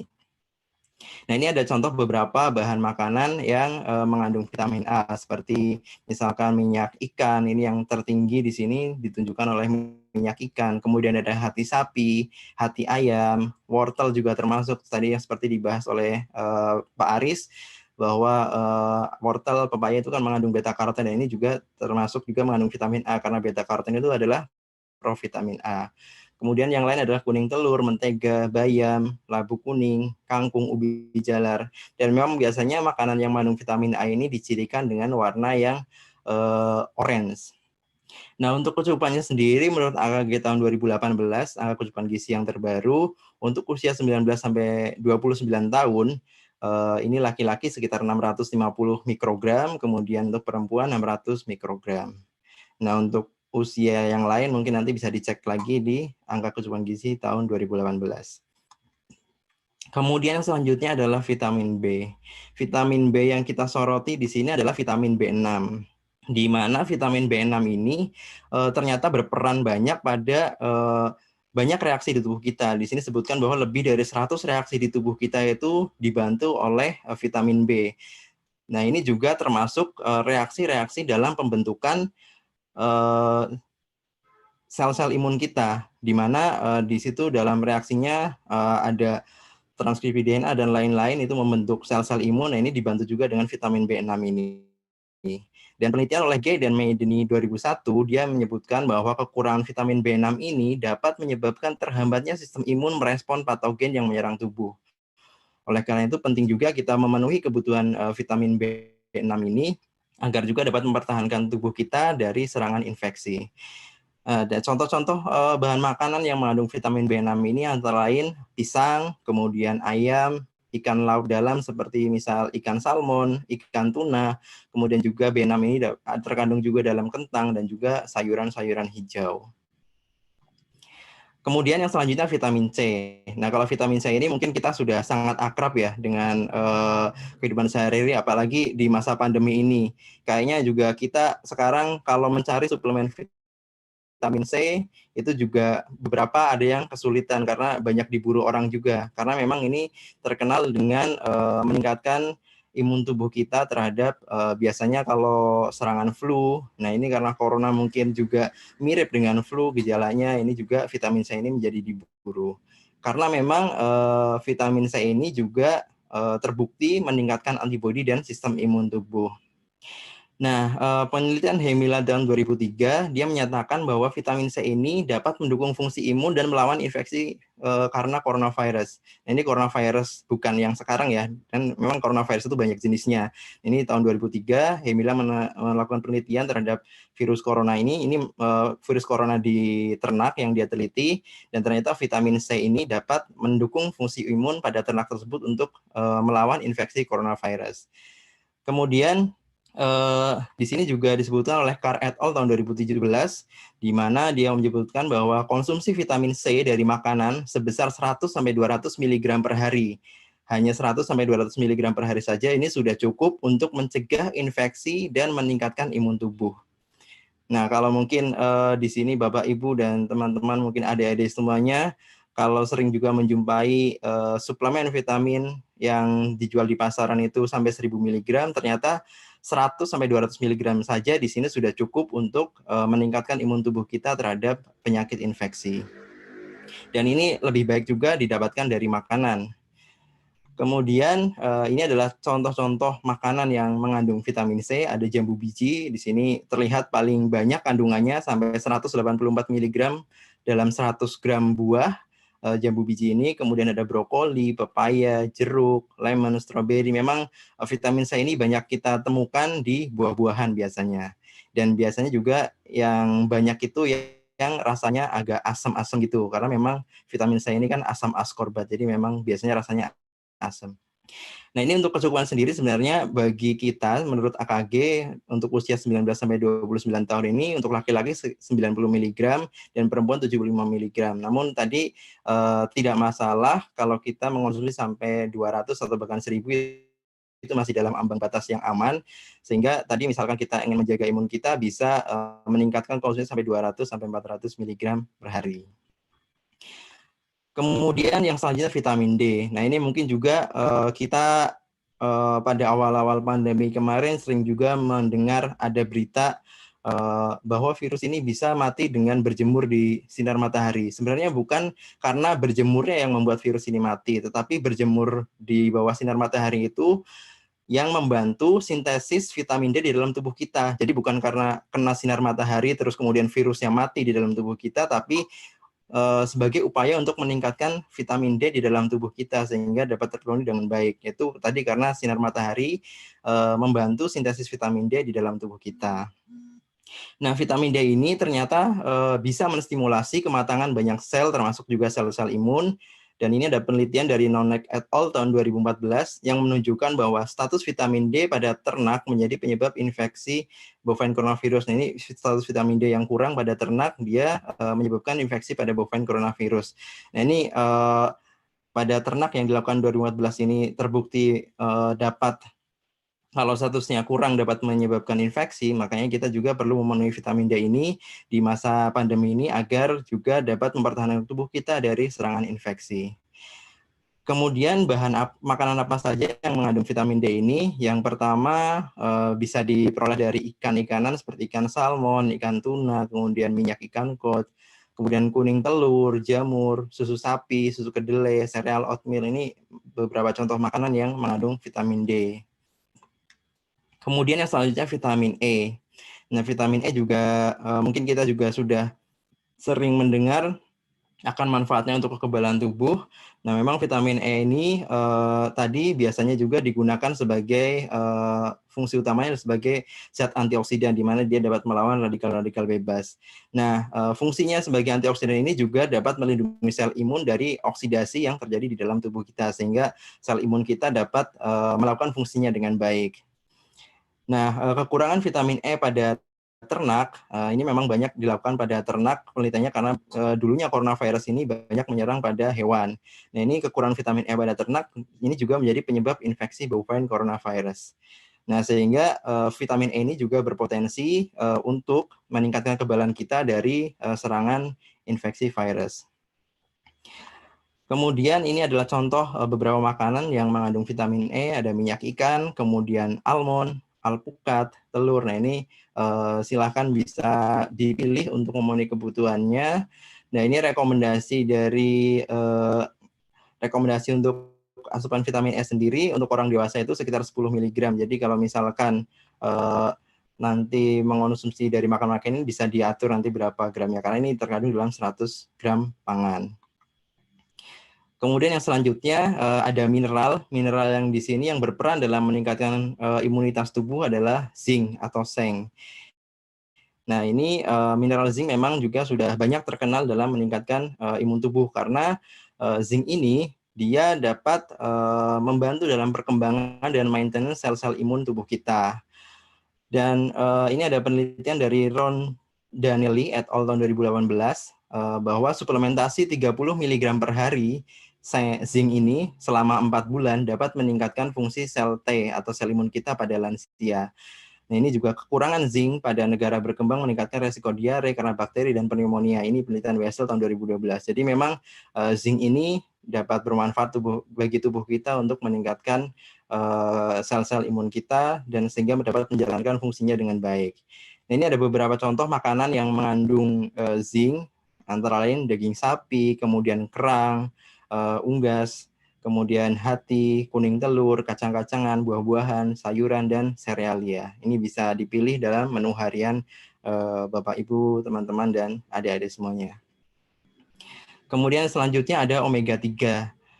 Omega 3 ini juga ternyata dapat memicu efek antiinflamasi, di mana di situ ketika ada efek antiinflamasi ini otomatis juga sel-sel imun kita dapat bekerja dengan lebih baik, dan selain itu omega 3 ini juga dapat mengaktifkan sel imun kita.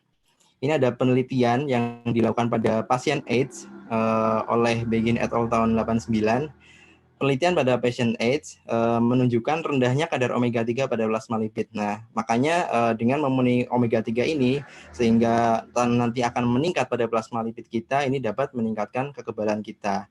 Dan ini juga pada virus influenza yang dilakukan oleh Morita et al. Tahun 2013 juga menunjukkan bahwa omega 3 ini diketahui dapat menurunkan replikasi virus influenza. Nah, ini dengan adanya bukti ini juga membawa kita kemungkinan potensi yang besar juga untuk mencegah infeksi dari coronavirus yang sedang melanda saat ini. Contoh-contoh makanan yang mengandung omega 3 ini biasanya memang banyak terkandung dalam ikan-ikanan seperti ikan makarel, salmon, kemudian sarden, ikan teri juga mengandung omega 3 ini, kemudian ada tiram, kacang kenari, dan kedelai. Nah, selanjutnya selain tadi zat-zat gizi ada juga makanan probiotik, di mana probiotik ini merupakan bakteri hidup yang terdapat pada makanan atau suplemen tertentu yang dapat memberikan manfaat kesehatan. Nah, bakteri yang paling umum memang digunakan pada probiotik ini ada Lactobacillus, ada Bifidobacterium, ada Streptococcus. Nah, probiotik ini, konsumsi probiotik ini ternyata dapat memodulasi respon imun dan inflamasi pada usus.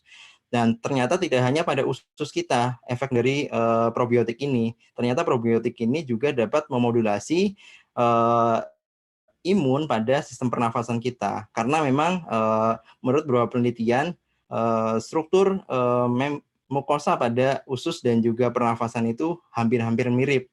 Sehingga memang dari fungsi probiotik ini selain tadi dari usus ternyata juga bisa meningkatkan imun di saluran pernafasan. Ini ada penelitian dari De Jong et al. Yang merupakan penelitian review. Beberapa penelitian menunjukkan bahwa pemberian probiotik telah terbukti mengurangi durasi infeksi saluran pernafasan dan gastrointestinal, serta mengurangi resiko terkena flu. Nah, oleh sebab itu juga probiotik ini perlu juga kita konsumsi, masukkan dalam list diet harian kita, sehingga dapat juga meningkatkan sistem imun kita. Nah, contoh-contoh makanan yang mengandung probiotik ini, mungkin kalau kimchi itu agak jarang ya di Indonesia, kecuali mungkin ada produk impor atau mungkin ada yang membuatnya sendiri. Yogurt ini yang banyak kita temukan juga di pasaran. Kemudian acar, kombucha, tempe ini yang paling mungkin paling murah ya di sini. Bahan makanan yang mengandung probiotik dan paling murah adalah tempe, dan ini paling mudah juga dijangkau, bisa juga dimasukkan dalam diet harian kita. Kemudian ada miso, kefir, natto, dan keju. Nah, bagaimana kita tadi bisa memenuhi zat-zat gizi tadi dalam makan seharian kita, seperti pada bulan puasa ini misalkan. Nah, lagi-lagi kita kembali kepada pedoman gizi seimbang kita, karena memang di pedoman gizi seimbang kita di situ ada pilar-pilar yang telah ditentukan atau telah disampaikan saat dibentuknya, saat dicetuskannya gizi seimbang ini. Ada 4 pilar dalam pedoman gizi seimbang. Yang pertama adalah konsumsi aneka ragam pangan. Nah, dengan mengonsumsi aneka ragam pangan ini, tentu saja kita mendapatkan berbagai macam zat-zat gizi dari berbagai ragam pangan tadi, sehingga zat-zat gizi tadi termasuk juga dapat terpenuhi dengan kita mengonsumsi aneka ragam pangan. Yang kedua, dengan melakukan perilaku hidup bersih dan sehat. Nah, salah satu perilaku hidup bersih dan sehat ini adalah dengan mencuci tangan. Seperti juga yang telah dianjurkan bahwa kita harus sering-sering mencuci tangan pada saat ini karena kita nggak tahu ketika memegang apa saja, dan itu juga bisa potensi juga untuk menularkan virus pada tubuh kita. Kemudian yang selanjutnya, lakukan aktivitas fisik. Nah, beberapa penelitian juga menunjukkan bahwa melakukan aktivitas fisik ini ternyata juga dapat meningkatkan kekebalan tubuh kita. Nah, nanti mungkin lebih jelasnya bagaimana aktivitas fisik yang perlu dilakukan kita agar juga meningkatkan imun kita dan tidak membahayakan tubuh kita. Nah, nanti lebih jelasnya akan disampaikan oleh Bapak Nazif untuk sesi setelah ini. Nanti bisa dieksplor lebih jauh lagi tentang aktivitas fisik ini. Kemudian yang selanjutnya adalah memantau berat badan secara teratur. Nah, mengapa kita perlu memantau berat badan ini secara teratur? Karena kalau misalkan kita tidak memantau, kemudian kita tidak aware dengan berat badan kita, tahu-tahu kadang nggak kerasa berat badan kita udah tambah 10 kilo atau 20 kilo, sehingga status gizi kita pun akhirnya berlebih, bahkan sampai obesitas. Nah, dengan overweight atau obesitas tadi, ini tentu saja akan meningkatkan resiko kita terhadap penyakit-penyakit tidak menular. Nah, ketika resiko kita meningkat terhadap penyakit-penyakit tidak menular, otomatis dalam tubuh kita juga metabolismenya pun terganggu. Nah, terganggunya metabolisme ini juga dapat melemahkan sistem imun kita. Makanya kita juga perlu untuk memantau berat badan kita sehingga kita aware, wah, berat badan saya udah naik nih, oh berarti saya perlu menguranginya lagi nih berat badannya agar tetap dalam range normal. Begitu kurang lebih kesimpulannya. Jadi vitamin-vitamin atau zat gizi tadi yang dapat meningkatkan fungsi imun kita antara lain vitamin A, vitamin B6, vitamin C, vitamin D, vitamin E, kemudian ada mineral zinc, kemudian ada omega 3 dan juga dapat diperoleh dari probiotik. Nah, zat gizi tersebut ternyata juga dapat dipenuhi dengan menerapkan gizi seimbang yang telah disarankan oleh Kementerian Kesehatan. Kemudian menerapkan 4 pilar gizi seimbang juga sangat cocok saat ini untuk menjaga imun tubuh kita agar tetap kuat. Demikian materi dari saya. Terima kasih. Sekian, saya kembalikan lagi ke Mbak Fani selaku moderator. Baik, terima kasih Pak Angga atas pemaparannya. Kita lanjut ke pembicara keempat, yaitu kepada Bapak Nazif Gifari, SGZ MSI, sekarang aktif menjadi dosen di Prodi Gizi Universitas Esa Unggul dan juga sebagai founder Gizi Kebugaran. Dengan tema yang akan disampaikan, tips aktivitas fisik selama dan setelah Ramadan. Silakan Pak Nazif, waktu yang diberikan 10 menit untuk presentasi. Oke. Sudah terlihat dan terdengarkah? Sudah, moderator? Oke. Sudah. Assalamualaikum warahmatullahi wabarakatuh. Salam sejahtera untuk kita semua. Terima kasih teman-teman dari Gizi Sahid dan juga Binawan untuk menginisiasi kegiatan ini. Meskipun untuk sesi terakhir, semoga semangatnya masih tetap fit, terutama saat dan setelah Lebaran ya. Jadi memang dua konteks ini lucu. Misalkan saat puasa sudah turun, kenapa nanti setelah Lebaran jadi badan jadi lebar gitu loh. Jadi saya ingin share beberapa tips ataupun apa sih sebenarnya yang terjadi ketika kita melakukan aktivitas fisik dan juga saat lagi puasa. Oke, perkenalkan nama saya Nazif Gifari, silahkan di IG-nya juga aktif. Kemudian ada beberapa hal yang saya ingin share, terutama ada 4, olahraga saat puasa, prinsip dan tips olahraganya juga lebih spesifik, dan juga manfaat dari kombinasi puasa dan juga olahraga. Oke, ketika kita olahraga saat puasa, kita ngaca dulu deh. Kita posisi di mana ya saat ini?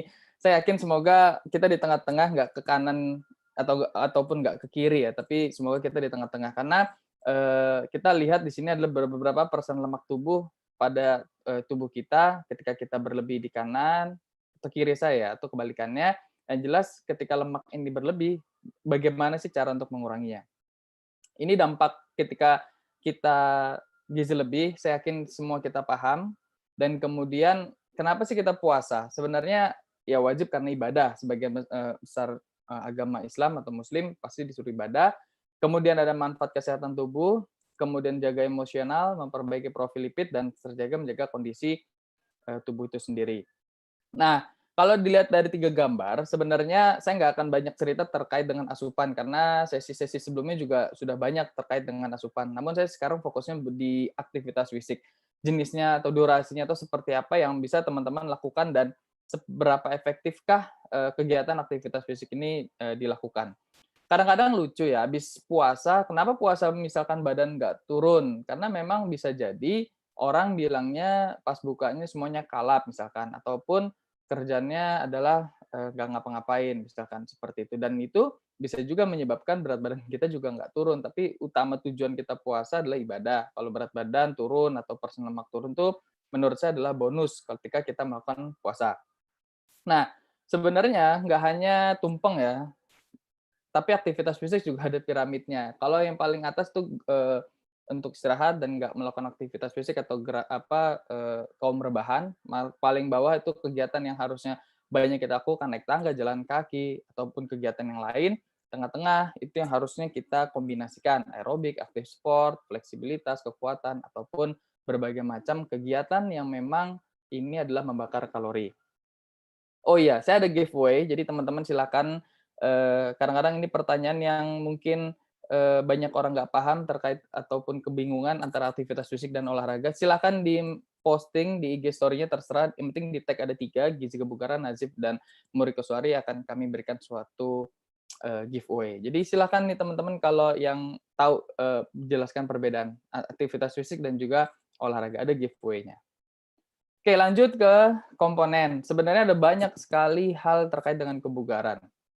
Ada endurance, speed, kekuatan, balance, agility, koordinasi, fleksibilitas. Namun memang nggak semua kita bahas ya, karena waktunya juga nggak cukup. Tapi sebenarnya ada hal yang utama dan intinya ada sebetulnya 3, aerobic, strength, dan lifestyle. Ini fokus ini aja menurut saya udah menjadi hal yang sangat baik. Contoh, kalau misalkan aerobik, kita sudah sangat paham ada senam aerobik. Nah, untuk kegiatan strength sendiri sebenarnya bisa juga kita lihat dari push up ataupun yang paling mudah ya. Yang penting adalah angkat beban. Nah, kemudian kalau lifestyle sendiri sebenarnya kayak kita jalan di taman, kita jalan kaki, tawaf di mall. Nah, itu sebenarnya satu hal yang bisa kita lakukan di lifestyle. Jadi memang ini kegiatan-kegiatan yang bisa kita lakukan bersama. Sebenarnya banyak hal manfaat ataupun kita melakukan olahraga, tapi pertanyaan saya kenapa kita masih malas melakukan untuk berolahraga ya? Saya nggak akan jelasin satu-satu. Udah banyak nih manfaatnya. Kenapa kita nggak olahraga? Itu pertanyaan saya sebenarnya. Ada sih olahraga yang paling baik. Kalau dari versi saya, olahraga yang paling baik adalah olahraga yang dilakukan. Jadi nggak direncanakan, nggak diwacana. Jadi benar-benar dilakukan. Apapun itu sebenarnya yang jelas sesuai prosedur, sesuai dengan tata caranya. Olahraga pun olahraga, tapi jangan sampai kita cedera karena nggak enak ya. Kemudian ini hasil riset kami, ternyata di remaja di Jakarta masih banyak kaum rebahan yang sebagian besar sedang dan juga rendah. Hampir ya setengahnya lebih itu masih aktivitasnya masih kurang nih dengan tahun lalu kami ada project. Jadi ternyata masih banyak juga orang yang memang malas melakukan khususnya remaja untuk melakukan aktivitas fisik. Nah, apa yang terjadi sebenarnya? Kalau kita puasa, kita pasti lapar kan? Oke, kita tahu semua kita pasti lapar. Cuman udah lapar kemudian disuruh olahraga misalkan.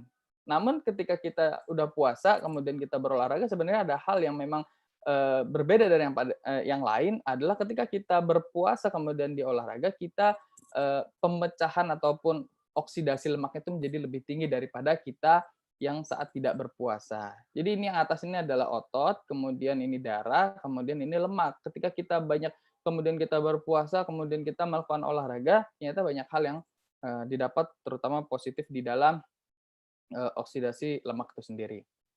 Nah, ketika kaitannya dengan insulin juga, ketika tubuh ini juga kasarnya kita nggak makan itu benar-benar puasa sekitar sampai sekitar kalau Indonesia 12 jam ya, 12 jam.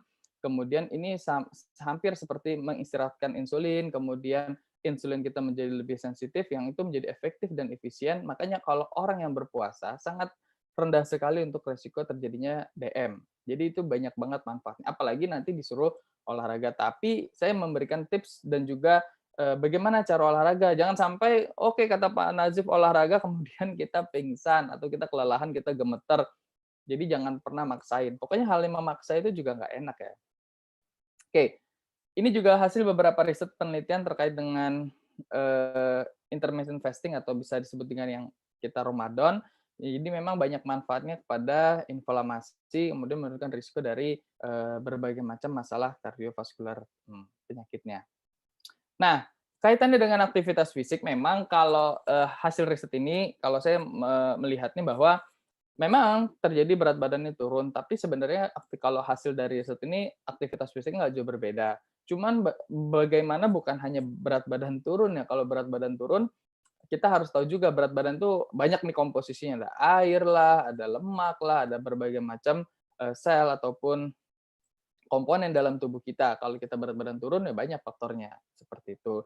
Tapi yang jelas sebenarnya kalau hasil riset ini nggak jauh berbeda. Cuman saya yakin kalau mungkin bulan puasa aktivitas fisik kita tidak seintensif ataupun seperti biasa kita yang tidak berpuasa.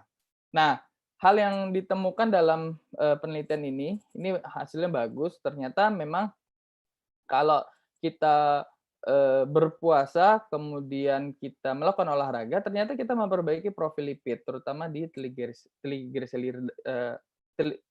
trigliserid kita menjadi lebih baik. Dan ini kalau berat badan turun, oke lah berat badan kita turun, tapi ternyata ada hal yang lain positif, terutama profil lipid. Profil lipidnya menjadi lebih baik. Ini kombinasi antara olahraga dan tidak olahraga pada subjek yang berpuasa. Jadi sebenarnya banyak banget manfaatnya. Nah, yang jadi masalah, olahraganya seperti apa? Oke, akan kita bahas lagi. Ini mungkin udah sering teman-teman ketahui, ini mencek intensitas, ada caranya. Sama kayak IMT lah. IMT kita juga ada caranya. Ternyata olahraga juga ada hitungannya. Hitungannya adalah 220 dikurangin umur. Silakan, kalau umur saya kan masih 20 ya. 220 dikurangin umur saya 20, sekitar 200 itu maksimum. Jadi artinya kalau saya setengahnya olahraganya sekian, tinggal dimasukkan di poin berapa persen. Kalau males ngitung ataupun bingung, memang ada pendekatan kualitatifnya. Kalau ringan itu kalau saya analogi kita lagi treadmill, kita masih bisa diajak ngobrol. Tapi kalau misalkan sedang, udah mulai sulit, kalau berat, udah sangat sulit lagi diajak ngobrolnya. Nah, ini tahapan yang harus dipenuhi dan harus ditaati, karena jangan sampai sembarangan ataupun merasa udah bugar atau udah fit, saya nggak bawa pemanasan, itu bahaya karena risiko cederanya sangat riskan sekali. Yang jelas ada 3 tahapan, stretching atau pemanasan, gerakan inti, sampai terakhir adalah gerakan pendinginan. Dan ini yang menjadi tahapan penting kita melakukan olahraga. Jangan langsung inti ataupun boleh dibilang jangan langsung gerakan intinya mau ngapain, tapi harus di pemanasan dulu, dinamis, statis ataupun berbagai macam pemanasan, kemudian gerakan inti diakhiri dengan pendinginannya. Nah, ini formula fitnya, frekuensi, intensity, time, dan type. Frekuensi ini memang 3-5 kali per minggu olahraga, jadi memang silakan sendiri introspeksi apakah Anda sudah berolahraga 3-5 kali. Kemudian waktu paling normal adalah sekitar 1-2 jam, tapi mungkin orang normal sekitar 30-50 menit sampai 1 jam itu udah baik sekali. Kemudian intensitasnya adalah sekitar rendah sampai sedang. Terakhirnya adalah tipe silakan lakukan berbagai macam olahraga sesuai dengan minatnya gitu loh. Jangan dipaksa-paksain saya ikutnya maunya Zumba ataupun ikut-ikutan, itu nggak akan sustain. Kalau misalkan ikut-ikutan orang itu nggak akan jalan. Tapi yang jelas kita pokoknya happy aja. Kita pilih olahraga yang kita paling nyaman dan bisa kita jalankan bersama. Oke, kalau ada yang bingung kenapa berat badan saya nggak turun-turun, silakan ngaca juga seberapa lama kita sudah berolahraga. Ternyata kalau hanya untuk menurunkan risiko dari masalah chronic disease 30 menit sesuai dengan rekomendasi Kemenkes atau WHO. Tapi kalau pengen mempertahankan 1 jam. Tapi kalau benar-benar yang mau berat badan turun, weight loss itu 1 sampai 1,5 jam. Variasi latihannya banyak, tapi balik lagi ketika memang saya bahas ini adalah aktivitas fisik, tapi nanti asupan makannya juga harus dijaga. Yang jelas adalah durasi sekitar 60 sampai 90 menit kalau misalkan mau menurunkan berat badan. Tapi ini secara umum. Berbagai macam olahraga itu jenisnya banyak, guys. Mau intensitasnya tinggi, mau circuit training, bootcamp, ataupun berbagai macam aktivitas, setidaknya ini adalah rata-rata yang paling baik dilakukan 60 sampai 90 menit. Kalau misalkan menurunkan berat badan. Nah, kalau puasa ini juga udah sering disampaikan, kalau pagi mungkin intensitasnya rendah ya, jangan sedang. Kalau olahraganya sore 1 sampai 2 jam menjelang buka, rendah sedang. Kalau pagi saya sarankan adalah intensitasnya rendah. Dan kalau malam benar-benar, kalau malam ini sebenarnya sebagian besar melakukan olahraga malam itu adalah sebagian besar atlet. Dan karena mereka ada start ataupun capaian harus mereka capai. Jadi jangan sampai nanti pas setelah lebaran, setelah nggak puasa, performanya turun, itu malah bahaya. Karena mereka mengejar prestasi gitu loh. Nah, ini jadi pagi, sore, atau malam, tapi lebih saya sarankan adalah sore atau malam. Lihat kondisinya. Kalau misalkan kita masih oke, masih sanggup, ya silahkan. Tapi jangan pernah maksain. Olahraga itu nggak pernah, jangan dipaksain gitu loh. Jadi targetnya berapa, yang penting jalanin happy, itu yang pentingnya gitu loh. Jangan ikut-ikutan orang. Intinya ikut-ikutan itu kalau berolahraga malah bahaya kalau misalkan terlalu memaksa diri. Ini berbagai macam tadi dijelaskan, ada frekuensi, intensitas, sampai durasi. Ini paket lengkapnya. Saya sarankan ketika berolahraga, mending saya sarankan adalah paket kombinasi atau paket gado-gado. Jadi ada warming up, aerobik, ada strength-nya, cooling down. Jadi memang dicampur aja gitu loh. Tapi nanti lihat kondisinya. Saya sarankan jangan hanya semuanya kita lari-lari, lama-lama lari dari kenyataan. Tapi harus dikombinasi lah dengan gerakan kekuatan ataupun strength training-nya. Jadi benar-benar dikombinasi. Kemudian tips olahraga saat puasa, intensitas rendah sedang, durasi sekitar 1 jam, lakukan 3-5 kali, kombinasi strength dan kardio, gunakan alat-alat di rumah, jaga hidrasi. Kalau misalkan udah mau buka, olahraganya sore, sambil prepare bawa minumnya gitu supaya nggak dehidrasi. Kemudian yang terakhir, badan lemes, menggigil, ya udah stop, nggak usah aneh-aneh dan nggak usah maksain karena itu menandakan energi kita dalam tubuh udah berkurang. Ini saat puasa ya. Kalau nggak saat puasa ya balik lagi tadi yang di awal. Jadi benar-benar udah nggak ada alasan lagi nggak berolahraga. Dan ini tugas kita bersama. Kalau lihat data WHO ataupun data Kemenkes, bahkan yang COVID kemarin kan salah satu faktor yang berisiko untuk mengalami hal tersebut adalah orang-orang yang bergizi lebih atau obesitas. Jadi benar-benar berat badan ayo kita jaga dan jangan sampai berlebih, jangan sampai kurang. Setidaknya yang pas-pas saja. Oh iya, satu lagi yang terakhir saya ada sedikit kegiatan yang memang ini kaitannya dengan hidrasi dan sistem imun. Itu hari Jumat tanggal 22, silakan yang mau join. Ini Profesor Stavropoulos dari Arizona State University di Amerika. Jadi kegiatannya ini online juga. Mungkin ini aja, saya lebih nyaman dan paling seru kalau kita untuk diskusi tanya jawab. Semoga bermanfaat. Saya kembalikan ke moderator. Terima kasih Bu Fani. Oke, terima kasih Pak Najib untuk pemaparannya. Oke, kita masuk ke tanya jawab ya, Bapak-bapak pemateri. Untuk Pak Angga sudah 2 pertanyaan nih. Yang pertama dari Ibu Ria dari Universitas Dianapura Bali. Beliau bertanya, Pak, lebih efektif mana? Saat pandemi ini kan banyak yang memborong vitamin. Jadi lebih efektif mana? Mengkonsumsi vitamin atau sumber makanan yang kaya dengan zat gizi? Baik, langsung saya jawab aja ya. Jadi kalau kita di gizi ini prinsipnya adalah lebih baik kita memenuhi zat gizi tadi dari makanan yang secara alami kita dapatkan.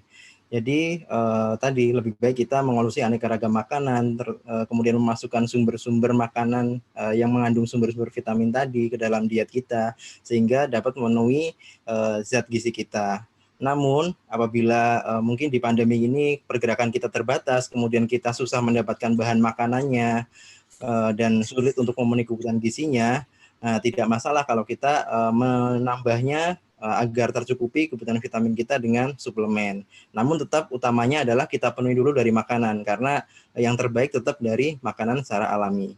Begitu Mbak Fani. Oke.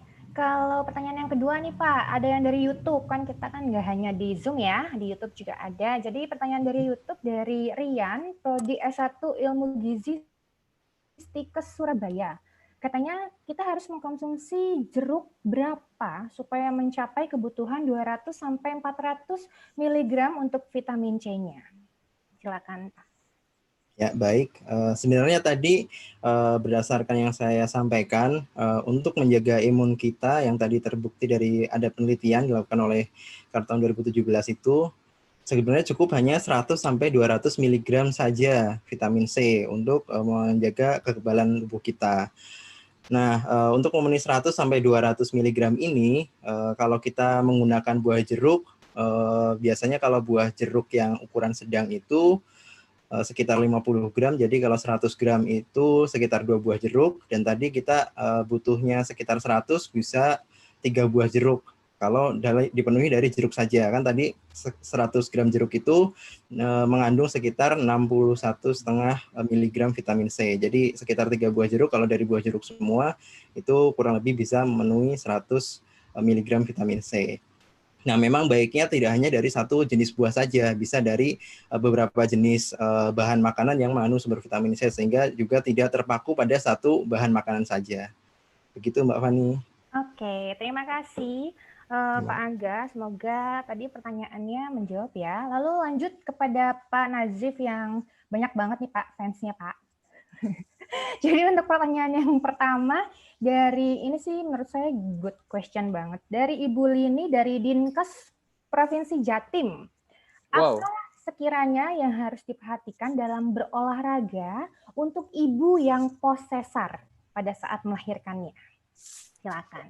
Oke, terima kasih Bu Lini dan juga Bu Fani. Kalau misalkan gini, Bapak-bapak, Ibu-ibu, ketika kita ada suatu masalah ataupun ketika kita merasa ada kondisi yang kondisi khusus dalam melakukan olahraga, kita harus assessment dulu. Contoh, kalau misalkan lagi setelah operasi sesar, kita jangan olahraga yang terlalu di abdomennya. Maksudnya jangan olahraga yang terlalu menekan ke arah perutnya. Karena kan habis operasi, kalau menurut saya lihat dulu aja sih Kon, apakah ini baru benar-benar operasi atau benar-benar baru berapa bulan. Ya saran saya jalan aja biasa, kemudian banyakin aktivitas. Nggak usah dulu kegiatan-kegiatan olahraga yang menekankan di pada bagian perut, karena itu menimbulkan sesuatu yang nggak nyaman. Karena kan kalau juga habis operasi sesar ya, seperti itu. Dan juga kita lihat dulu, kalaupun memang nanti masih udah mendingan, sekitar 1-2 tahun, oke, bisa kita jalan. Tapi yang jelas harus dilihat dulu dari kondisinya gitu loh. Tapi olahraga yang paling baik kalau misalkan olahraga sesar, saya sarankan adalah berenang. Karena berenang ini sendiri olahraga yang cukup capek. Meskipun nggak kelihatan keringat, tapi itu lumayan capek. Jadi sangat menurunkan dari risiko tekanan, kemudian benturan, kecuali kalau berenangnya tabrakan. Tapi kalau misalkan berenangnya kita memerhatikan, ya saya sarankan adalah olahraga yang sifatnya tadi minimum terjadi kontak, kemudian juga terkait dengan bagian abdomennya. Oke, seperti itu Bu Fani. Oke, Kemudian satu lagi, Pak. Bapak mau jawab yang mana atau bagaimana? Bebas. Satu lagi. Oke, satu lagi nih dari Bu Intan, ini kayaknya aktif banget dari tadi Pak ngasih pertanyaan, tapi pertanyaannya memang bagus-bagus. Satu lagi, izin bertanya Pak, kebanyakan orang berpuasa melakukan olahraga pada malam hari. Jadi setelah buka gitu ya berolahraga. Apakah aman dan baik buat kesehatan tubuh? Seperti itu. Oke, jadi benar kalau misalkan mau olahraganya malam, monggo silakan. Tapi sebenarnya gini, kalau misalkan pagi, siang, sorenya kita udah aktivitasnya capek banget dan benar-benar udah menguras energi, ya nggak usah sampai terlalu letih. Karena gini, kalau kita berolahraganya memaksakan, kan jantung itu salah satu organ yang nggak bisa kita atur gitu loh. Kita stop, nggak bisa, tetap jalan terus gitu loh. Apakah kita kemudian pagi, siang, sore kita melakukan aktivitas, kemudian malam kita maksain lagi, itu yang sebagai besar terjadi. Kalau boleh kita lihat deh, kalau boleh kita lihat berita-berita ya, habis olahraga futsal kenapa meninggal, habis olahraga badminton kenapa meninggal, ada orang lari kenapa meninggal loh. Berarti nggak usah melakukan, bahkan yang kemarin artis juga ya olahraga malam terjadi seperti itu. Sebenarnya kita harus ngaca, sama kayak makan sebenarnya. Kalau kita makan kita merasa udah kenyang, ya kita stop, berhenti sebelum kenyang. Sama olahraga. Sebenarnya seperti itu. Yang jelas kita harus tahu kapan kapasitasnya kita cukup atau enggak.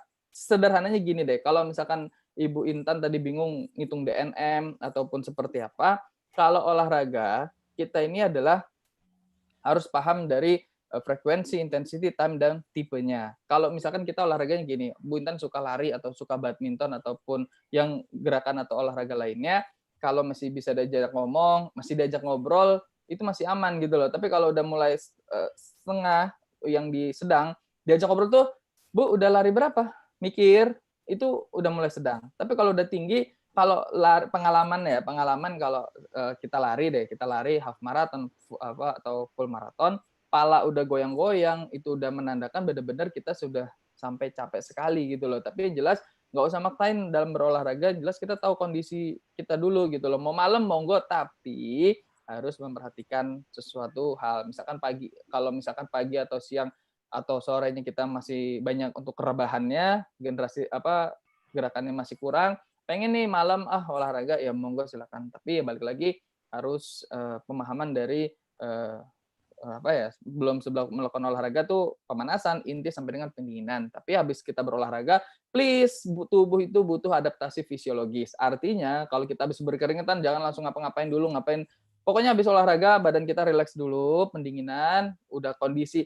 Paling gampang adalah jantung kita. Jantung kita udah kembali seperti ritme normal, itu udah oke, gitu loh. Jadi jangan kita belum kembali lagi denyut nadi atau jantung kita ke ritme yang biasa, kita udah ribet lagi mandi lah atau segala macam, itu yang menyebabkan jantung kita itu menjadi bahaya. Sebenarnya olahraga itu banyak manfaatnya, tapi yang balik lagi kita harus pintar-pintar dalam memilih ataupun menjalaninya, seperti itu. Baik, terima kasih Pak Nazib atas pemaparannya. Ibu Bapak serta rekan-rekan mahasiswa, kami menghimbau kembali untuk bisa mengisi form registrasi pendaftarannya supaya Bapak Ibu terdaftar dan dapat diberikan sertifikatnya. Karena ini sudah selesai termin 1 dan juga termin 2-nya, kami semua mengucapkan terima kasih kepada seluruh pembicara dari Pak Aris, Pak Wahyu, Pak Angga, dan Pak Nazib atas berbagai penjelasannya yang sangat bermanfaat bagi kita semua. Semua lini itu dibicarakan pada hari ini. Buya Busuy, lalu anak-anak, lalu olahraga yang penting apa, makanan, remaja, dan semuanya. Hari ini semua info lengkap. Ya, jadi berbagai manfaat dari penyampaian para pemateri bisa kita ambil. Lalu untuk mengunduh materinya bisa dilihat di link yang disampaikan oleh panitia di room chat ya, Bapak Ibu dan juga rekan-rekan mahasiswa. Baik, kalau hari ini sesi ngopi 4 yang diselenggarakan oleh Gizi Usahid dan juga Gizi Yinawan sudah selesai.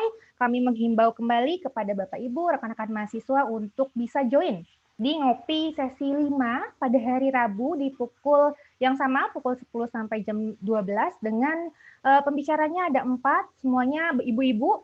Kali ini semua bapak-bapak, untuk hari Rabu semuanya ibu-ibu. Bisa teman-teman lihat jadwalnya yang disampaikan nanti oleh panitia. Untuk pertanyaan terbaik, ini ada pengumumannya teman-teman, Bapak Ibu bisa dilihat. Pertanyaan terbaik itu yang menang ada Ibu Intan dari Poltekkes Yogyakarta karena banyak banget pertanyaannya dibus oleh Bu Intan ya. Lalu dari, saya nggak tahu ini perempuan atau laki-laki, Jufri Sineke dari Poltekkes Manado, lalu dari Ibu Lini dari Dinkes Jatim. Ini untuk 3 pertanyaan terbaik. Lalu untuk pemenang IG, postingan terbaik ada @Sally Marslina dan juga @Nadia Wulan. Nanti kelima pemenang ini akan dikontak oleh panitia dari pihak Binawan ataupun dari pihak Gizi Usahid. Baik, terima kasih Bapak dan Ibu dan juga rekan-rekan mahasiswa sekalian. Terima kasih atas partisipasinya pada acara ngopi sesi 4 pada hari ini. Kami semua penyelenggara panitia mengucapkan banyak terima kasih dan mohon dukungannya untuk sesi kelima Bapak Ibu semua bisa join. Terima kasih, selamat siang dan salam sejahtera buat kita semua.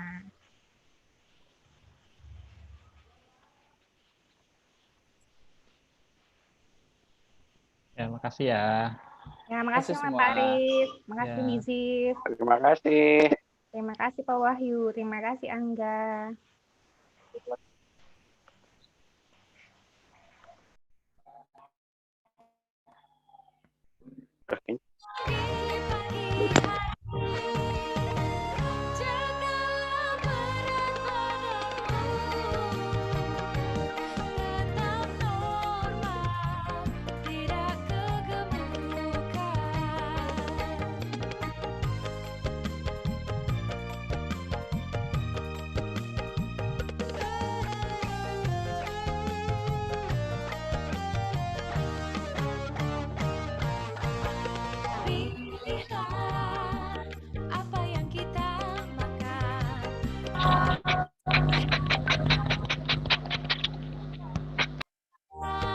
ngapain tuh masnya?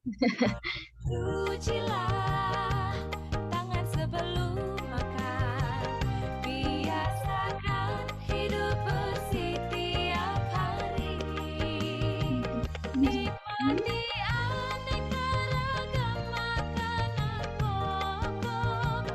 Makanlah sayuran dan buah-buahan. Minum air putih dan jangan lupa berolahraga. Gizi seimbang dan sehat setiap hari. Nikmati aneka ragam makanan pokok. Makanlah sayuran dan buah-buahan. Minum air putih dan jangan lupa berolahraga.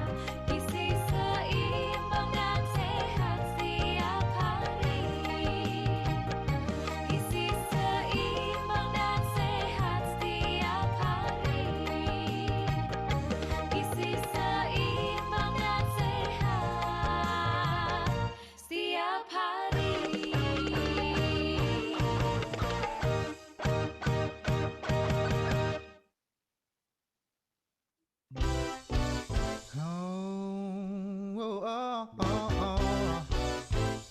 Hey, ayo semua kita bangun pagi-pagi, minum air